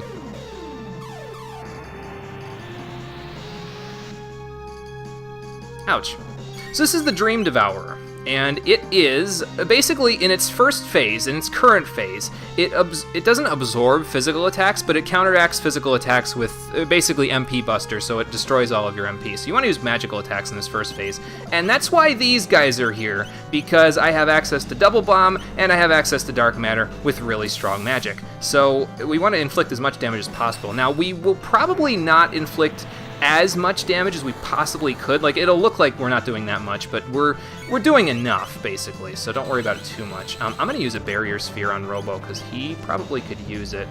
Do I need a Lapis? I'm going to use a Lapis, too, because that way we're all in good shape. I don't think he has very good physical attacks, this version of Lavos, but yeah, we'll just keep going with Double Bomb and Dark Matter until we need to use Mega Elixir or something. We want to inflict about 10,000 to 12,000 damage to him, because once he does that, he can start getting into his second phase. And when he gets into his second phase, I'll have to explain some stuff that will get very technical, but we'll get to it in a little while. He has status effects, and he can also counteract your status protection if you let him live long enough, but, well, I'm not planning on letting him live long enough to do that. He only counteracts your status attacks in the first phase, too. Like, he can cancel it. Your status immunities in the first phase. So you got to get him into the second phase as quick as you can, but we'll fix that in a moment. I think that signals that he is getting ready to go into the second phase there, the fact that he's using Chaos Zone. I'm not 100% sure on that, but I suppose, yeah, that's the signal right there that he's using that. We got to wait a second. So now once he lowers his defense and begins storing power, he's in his second phase. I'm going to use Heal Beam real quick because we might need it. Okay, now when he's in his second phase like this, I'm going to pause because I need to explain something real technical.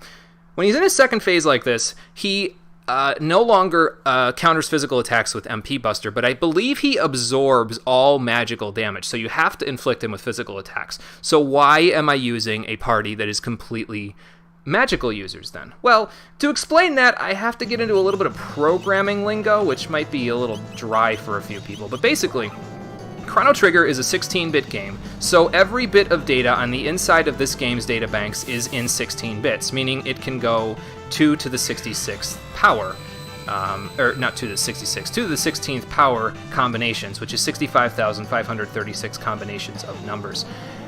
For HP values, that data goes, it's cut in half, basically. It makes it so that I'm not inflicting nearly enough damage to do what I'm hoping to do here. Maybe if I use Double Bomb, I'll be in better shape. We'll have to see in a minute. The end of all and nothing. That could be bad. But basically, what I'm trying to do here... I'm going to use a Mega Elixir.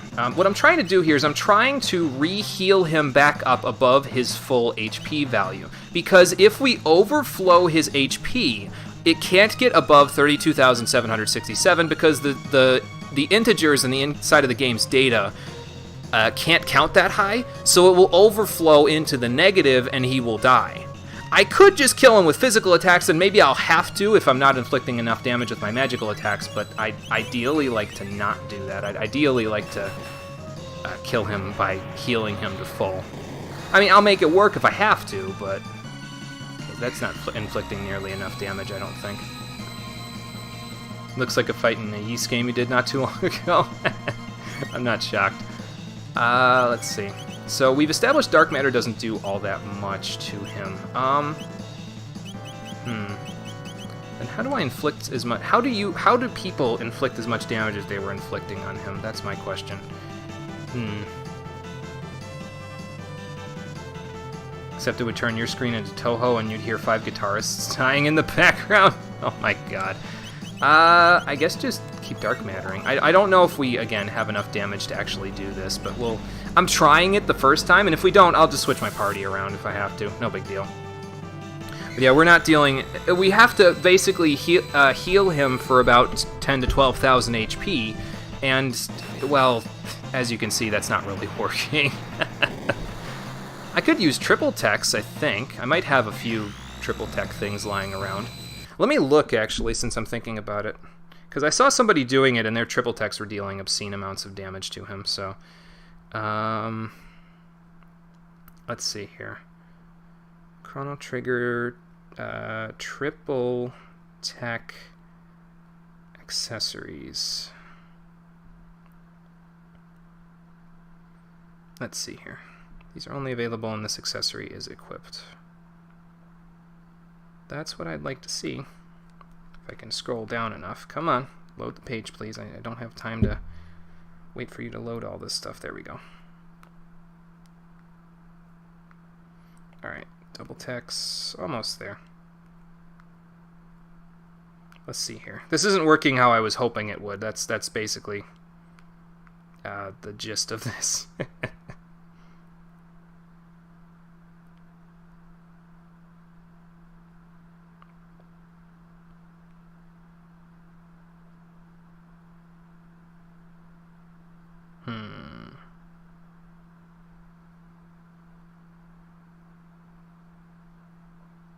Do we have access to Omega Flare? Because this party can use Omega Flare.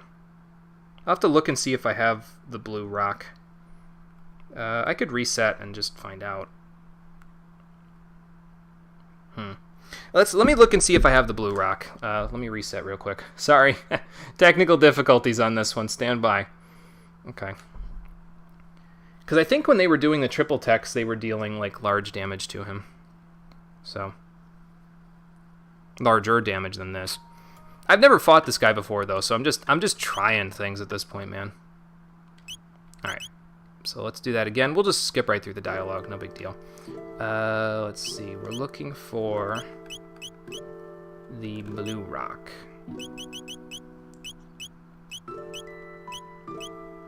Blue gemstone. We do have it. Okay. So someone's got to have that. I guess it can be Robo. He doesn't need the magic crest that badly. There we go. Alright, let's try this again. See how Omega Flare works. I don't know, it might deal enough damage, but again, we have to deal about 10 to 12,000 damage worth of, well, not damage, 10 to 12,000 points of healing to him in order for this to work. So we'll have to see.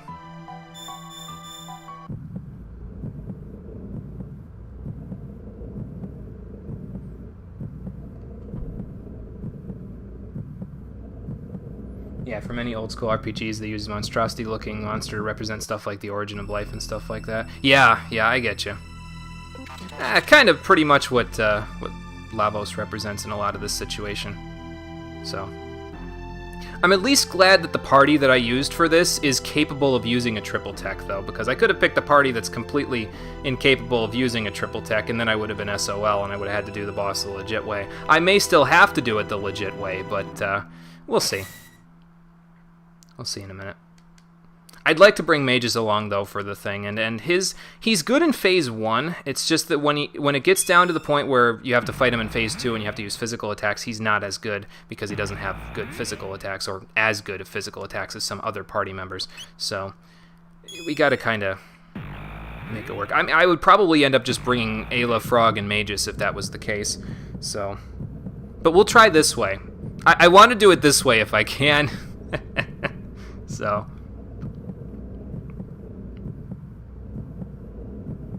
why is RPG turned into rug? The hell, autocorrection? Hello, autocorrection. Yeah, I don't know, man. Autocorrect does what it wants. It keeps changing. Every time I use the word well, it keeps changing it into wheel, like we will, apostrophe LL. I'm just like, no, that's not what I want in this situation, autocorrect. Stop. What the hell? Hell is rug in the first place. Something you wipe your feet on? That's all I got. You did tell me not to interfere. I don't listen to you. You're not the boss of me. Well, now you've just pissed him off. Okay.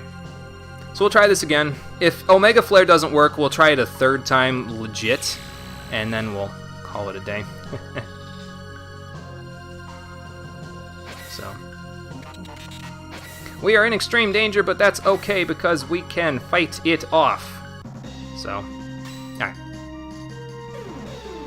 So first things first, get our dreams devoured. Ow.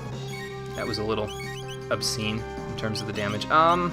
Okay, we'll just get Robo Barrier Sphere first, and then we'll go from there. How about we heal Beam real quick? And I'm going to toss a Lapis, too, just in case this doesn't heal us to full. It should, but, well, just in case. Okay, not quite, but almost. Alright, now we'll start up our normal strategy of Dark Matter and Double Bomb. Yeah, see, that's much better. Apparently rug is a word in English. It's for the stuff that covers the book. It covers the floor in English. I don't know about covering... Well, rug? Well, it would be like a book cover then. It's... I think I know what you're talking about, but I'm not 100% sure, I'll be honest. Alright. So what we'll do is, once he switches his phases, we'll use Omega Flare, so... No, it's just a stupid carpet. Holy shit. That's okay, Rockin' Fun. It's okay. I knew what you meant. It's fine. Alright. Let's keep this up. We'll get back to where we were, and then we'll try again.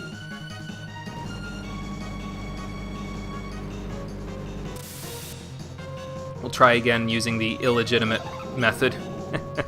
Okay. So now he's going to lower his defense right about now. Okay. And now we can use Omega Flare. Nice satellite beam, Robo. I didn't know you even had it in you. That heals for 113. I don't think this is gonna work. How in the world did people inflict more than 100 damage to him? Well, I don't have enough resources to survive this, so I guess we'll just reset. We'll bring the legit party then. Enough messing around.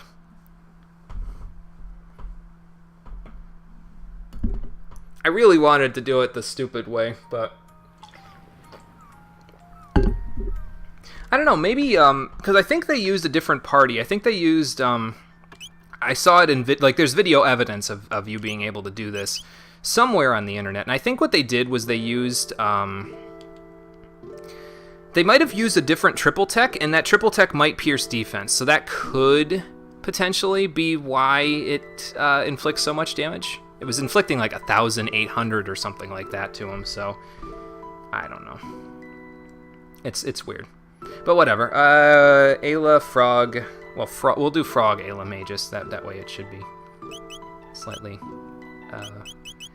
I mean, I like Ayla as much as the next guy, but Frog just seems more like a team leader, you know what I mean? So, and we'll do that. There we go.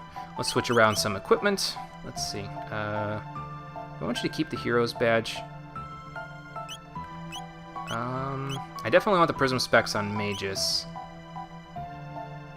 I think drop down is based on both of them, though, so it's not really a huge deal. Excuse me, who gets what here? I could give you the Magic Crest for the extra defense there, Frog. Magic defense, that is. And a little extra magic, too. That'll help with Slurp Kiss.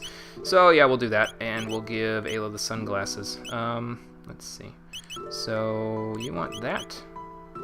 And that. And we'll give you that. You can keep all your stuff. You probably want a speed ring. Yep. And we'll give you your Moonbeam armor back. And we'll give you a Prism helm. Let's see here. You're still good. You want the Angel's Tiara and the Regal Gown along with the, what's it called? The sunglasses. And then you can have the Magic Crest. We can keep the Mass Immune. You can have the Master's Crown and the Regal Plate. And I think you'll be in good shape. We still need to use Barrier on you, but, yeah, other than that, I think we should be okay. Ayla's going to be a little fast with the Angel's Tiara. I could give her this instead. I want to kind of keep her and Frog in sync if I can, so maybe I'll just do that so she doesn't have auto haste. That should be fine. So we'll mostly be having Magus doing some fighting in the beginning of this then, and we'll keep Ayla and Frog kind of on standby so they can do some healing if need be. I could always chime in a little with Frog's magic damage. And actually, I think their one bubble burst, I think it is, for them. I think that is considered... Yeah, bubble burst. I think that's considered magical, so it might just work out in our favor. But that's okay. Alright, let's try this again. Site was using coverture, which is the word for book cover or even blanket. Stupid internet translates and stupid fridge. It's okay, Rockin' Fun. It's alright. It's not a problem. Again, I knew what you meant. Just, we just had to articulate it a little bit, that's all. Okay, that's a motorcycle outside. That's not lightning that lasts for 12 seconds. That's good. Alright, here we go. We'll slow down a little just so that I can see what everybody says here, because I get the feeling there will be some slight changes to the dialogue, but it's okay. Mostly just for Frog and Ayla being here, so.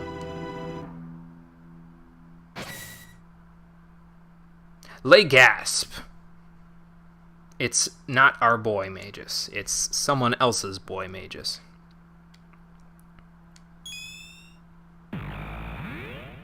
Alright. Let's jump in after him and see if Bubble Burst counts as a magical attack. If it does not, then he will sap all of the MP from either Frog or Ayla, and then I'll have to use a Turbo Ether. So not really that much lost. It's no big deal. Worst comes to worst, I'll just frickin' leave them on standby so they can Slurp Kiss when we need to, and have Magus do all the work until he switches phases. And then we'll have Magus on standby to throw Mega Elixirs while Frog and Ayla do all the heavy lifting. See, it's hard because you need a set of characters that can use all good physical and magical attacks. And I want to bring Magus along, but the problem, of course, is that he doesn't have really good physical attacks without, say, the Dragon's Tear. He does have the Dream Reaper now, which will help him with dealing more physical damage, because his crits will deal lots of damage now, but, well, it's problematic because he doesn't have a guaranteed way of critting, especially on enemies that are around our level or even higher than our level. So I think the crit rate is based on that in some way, because I find that I crit things a lot more if they're a lower level than me, but oh well. We'll make it work. He might only be inflicting 400 damage at a time, but we'll make it work. There's no choice but to fight here. What are you doing, getting cold feet there, Magus? Don't leave me hanging now. At the very least, we'll have access to a really easy healing spell that will allow us to do some good things there. Ayla, you're gonna need... Oh, you've got Barrier, and you still took 400 damage from that. That's a yikes from me, Chief. Alright, well then let's Slurp Kiss then. Her magic defense must not be high enough, which is unfortunate. But that was a really strong attack. Let's not discount that, so... I probably should have tested whether or not he can be, what's it called, healed all the way to full before I, went ahead and did this. But, like, with magical attacks, that is, but it's fine. It's not a huge deal. We'll make it work either way. Gravity Sphere. Oh, okay, that wasn't so bad. Alright, does this count as a magical attack or a physical attack? I think it's a combination of both. In the damage calculation, but that counts as a physical attack. Okay, fair enough. Then we will fix that in a moment. You just keep going then, Magus, with your Dark Matters. I'll toss a Turbo Ether Frog's way. And, well, his Water 2 isn't really going to do all that much damage, I don't think, so... I mean, I guess it's worth, but... It gets us through the phase. The phase is a little faster, I guess, but, 300 damage, that's not much.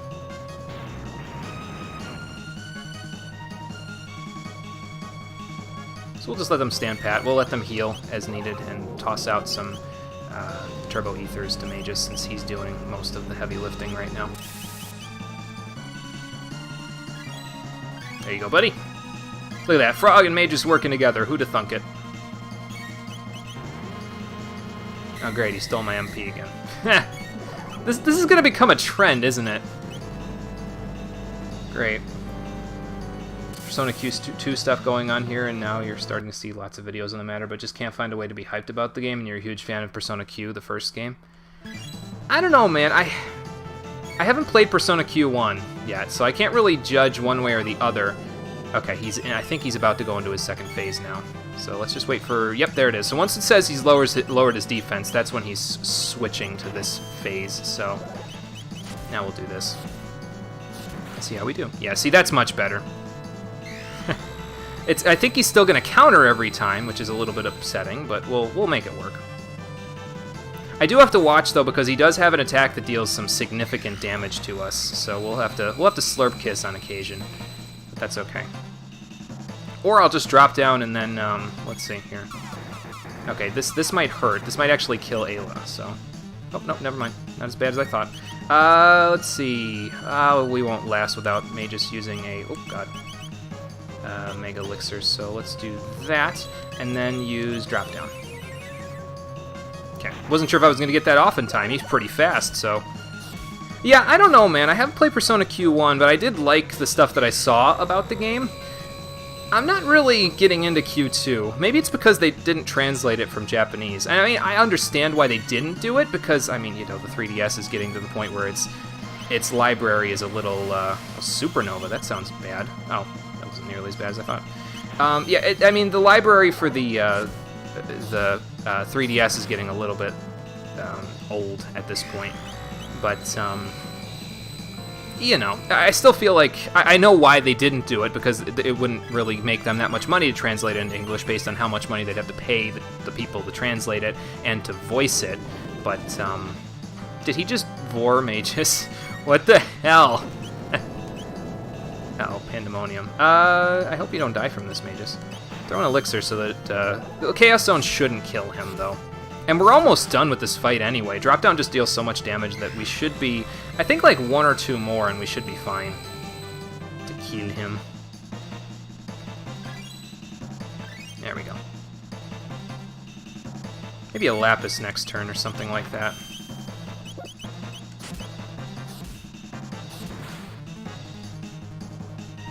Nice! Got him! See, that wasn't so bad. I made it sound like it was going to be harder than it actually was, but uh-oh! Uh-oh. I guess he wasn't dead after all. Well, that's no good.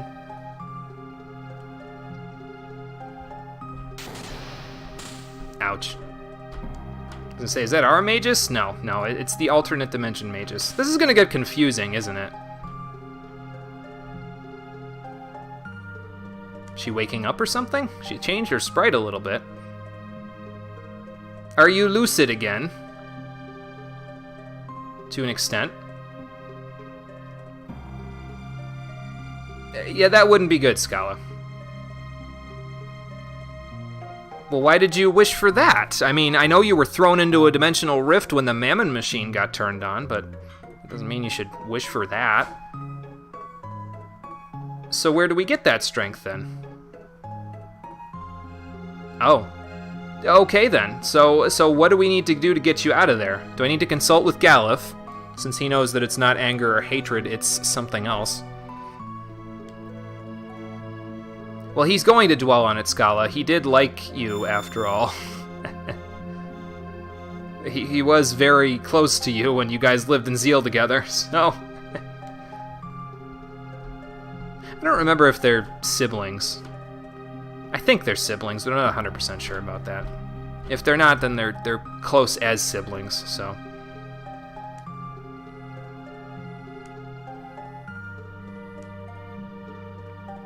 How sad for Magus. He really can't escape that black hole, though. He got thrown into one as a kid, and now he's getting thrown into one again as an adult. Great.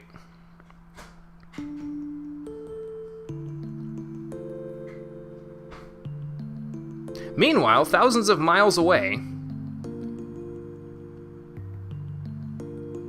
Well, I wouldn't say that, mages. You just can't use strength to save her. You have to save her by some other means. What are those other means? Well, we'll find out when we play Chrono Cross. That's dark, but okay. And they're kind of... I don't know if they ever explicitly say it, but there's a character in Chrono Cross that looks an awful lot like Magus. And he never directly explains it anyway, but they drop hints all over the place to kind of say, hey, this is Magus, this is Magus. But they never explicitly outright say it. So I guess this was sort of meant to bridge the gap between this, to kind of give you an idea of, hey, the guy in the game is Magus, he just is this Magus, the one from an alternate dimension who's lost all of his memories. I'm not 100% sure, so... What did I miss there, Rockin' Fun? I missed a couple of things, so... I think it's more because you kind of can't give a damn about the direction Atlas took with Persona 4 and 5. You really dig 4, though, but just feel like it's going to be a game that focuses all the aspects in the Persona series that don't connect with you. Well, that's fair enough, yeah. If a game's not going to connect with you, then it's really hard to invest in it, you know what I mean? So, Skull's dialogue was pretty well written. Where does that smiley come from? I don't know, that's, Is there a demon trapped in your keyboard? That was an interesting little whatever that was. I don't know, but... Oh, right, I'm not on the game. There we go. Let me tap on this top screen. Even though that's not how the DS works.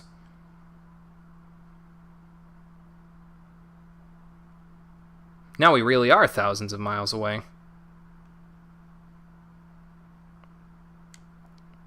I think he got amnesia. I mean, it was self-inflicted, but...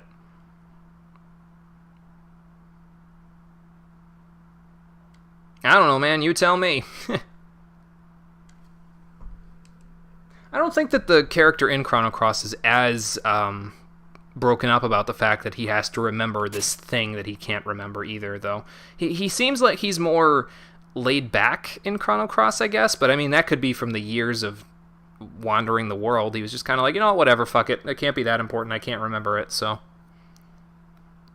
But yeah, this is technically an alternate ending to Chrono Trigger, so I figured I'd want to do it anyway, because it's sort of like, you know how Final Fantasy IV has the vanilla game and then the interlude in between the vanilla game and the after years, and then the after years itself? Well, I wanted to take a similar approach with my playthrough of Chrono Trigger and then Chrono Cross. This particular alternate ending talks a lot about potential things that will happen in Chrono Cross, so it helps to bridge the gap a little bit better than it would have otherwise. Because if I would have just jumped straight to Chrono Cross without getting this ending, some things wouldn't have made a lot of sense, and there would have been some things like the Magus quote-unquote cameo in Chrono Cross that it's like, wait, this is Magus, right? But we didn't get, like, confirmation because I didn't get this ending. So I wanted to get this as sort of an interlude to quote-unquote the after years, and in this case the after years is Chrono Cross. Because I am, as I said before, planning on doing a Chrono Cross playthrough somewhere down the line to kind of round out the series. I have to figure out what I'm going to record it on, though, because I think it's available on the PSN, if I remember right. I know that the quality is not the best on that, but at least I wouldn't have to worry about like artifacts or stuttering like I would if I used EPSXE to record it. So, I don't know, maybe I'll just do it on the PSN at some point, but that's a little bit of a ways down the road. For now, I finished out my coverage of Chrono Trigger. There are some other things that I did not get during the playthrough. There's a bunch of alternate endings that I did not get that you could go back and do, but a lot of them are kind of just like what-if scenarios, and they don't really play directly into anything important in terms of the game's story or the story of its sequel. This ending plays a lot into the game's story and the sequel, so I wanted to go through this again, at least so that I could bridge the gap a little bit easier when we play Chrono Cross. And the Dimensional Vortices are pretty good dungeons, too. They're pretty good bonus dungeons. Their levels are designed pretty well. The bosses are well thought out. It's the standard fare, really, from Chrono Trigger. It's really nothing out of the ordinary with this game, but sometimes more of the same thing is a good thing. And in the case of Chrono Trigger, I'll always take more of the same thing. It's such a good game. So I figured, we'll go back, we'll take a look at this stuff, and just check it out. Since I didn't do it originally either, because I wasn't sure if this was going to be available to me until later on in New Game Plus, because I thought that you had to get all the way to the end of the game in New Game Plus in order to unlock these again, because I didn't do them in Vanilla New Game. But no, you just got to load your save data up once you've cleared the game, and you can go do them and then fight the Dream Devourer yourself. So it was a lot easier, and I got to avoid doing the Lost Sanctum, which is the other quote-unquote bonus dungeon that's unique to the DS version. Like I said, not a big fan of that one. The design of the dungeon is really kind of confusing, and there aren't really a lot of good rewards, at least not good rewards that I care about, because a lot of the rewards you get from there, the Lost Sanctum that is, will be replaced by the armors and weapons that we get from the Dimensional Vortices. So that was why I didn't do it. It really wasn't all that important. But yeah, that was the 13th ending. This one was not in the original, but there's 11 other endings that you can experiment for yourself if you want to go get. I will not be worried about those. Maybe I'll do them on my own time at some point. But like I said, they're mostly what-if scenarios, so it's really not that big of a deal. Some of them are pretty funny, but yeah. Some of them are dark, too. There's the Future Refuse to Change ending is the one where Lavos kills everyone and then destroys the planet. So that's a possibility if you really want to go back and get that. But it's okay. These two endings have served my purposes well enough. We got the Dream Seeker out of it. I think that's a weapon for Chrono, if I remember right. I'll have to look. I'll have to load up my save file and check. But let's see here. Don't remember all that. It was a clever ending, but for some reason you didn't forget all about the arts and the credits. I remember loving this as a kid. Even the keyboard asked me to fucking cooperate for once, please. I don't know, man. It seems like it has a mind of its own there. But yeah, this is it's good. I liked this ending because, like I said, it's well done on its own, but it's also good as a gap bridger for Chrono Cross there. I'm gonna load up my save file and see if I can equip that Dream Seeker. Actually, like I said, it's probably a Chrono thing. I don't know what it does, so that's why I'm curious. Let's check it out. And this is pretty much just a bonus episode anyway, so. Okay! Yes, that is a Chrono thing, and that gives him a 90% crit rate. Well, if I ever wanted to plow through this game like a crazy person, and maybe even do the Lost Sanctum myself in New Game Plus or something, I could even go do it on this file if I really wanted to. It's still open on this file, so. That's a 90% crit rate with a 240 attack power weapon. That's obscene. Imagine that with the Dragon's Tear, which increases your crit rate. He'd be critting 100% of the time. Now I need to funnel all the strength capsules I get into him so he can get max strength. Well, anyway, but yeah, that's it. So there's your ultimate reward. Pretty good reward, too. It makes Chrono... I don't know if he's busted because his dual attacks are still not that hot, but it's still pretty good. It's still pretty good. So that's going to do it for my playthrough of Chrono Trigger. I hope you've all enjoyed it. Like I said, I really like this game a lot, so it's always nice to come back and play it every now and then, and I probably will come back and play it on my own time at some point. Maybe, like I said, do the Lost Sanctum or something like that. At this point, I don't think it'll be difficult at all, because I'm so obscenely powerful that there's just nothing really left to kill me in there, but... yeah, that's going to do it for today's spring cleaning episode. Come back next time, which is going to be tomorrow at 4:30 p.m. Eastern Daylight Time, and we will be tackling a boss rush in Metal Gear Rising: Revengeance. So that's going to happen, like I said, tomorrow, 4:30 p.m. Eastern Daylight Time. I will post the schedule on Twitter and Discord for next week, just after I do the description for this one, in just a little bit, and that will take care of things there. So yes, thank you for watching, everybody. I appreciate you coming out to Twitch and YouTube to check out the stream. I hope you've enjoyed. I know it's been a year since I played Chrono Trigger, so this might not have been appealing to a lot of people, because, this implies that you watch the whole thing and you know the game's story somewhat, so I don't know how many people in my audience actually know that. I know Rock and Fun knows that, but I don't know how many other people might have known that. So people might have been put off by the fact that I'm doing this at the end of the game, but it's okay. No big deal. So, I will see all of you on the next stream, which, as I said a couple of times, will be tomorrow, 4:30 p.m. Eastern Daylight Time. Until then, everybody, take care, and have a good night.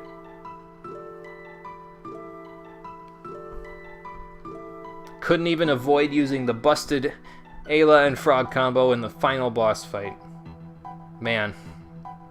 Why am I too strong?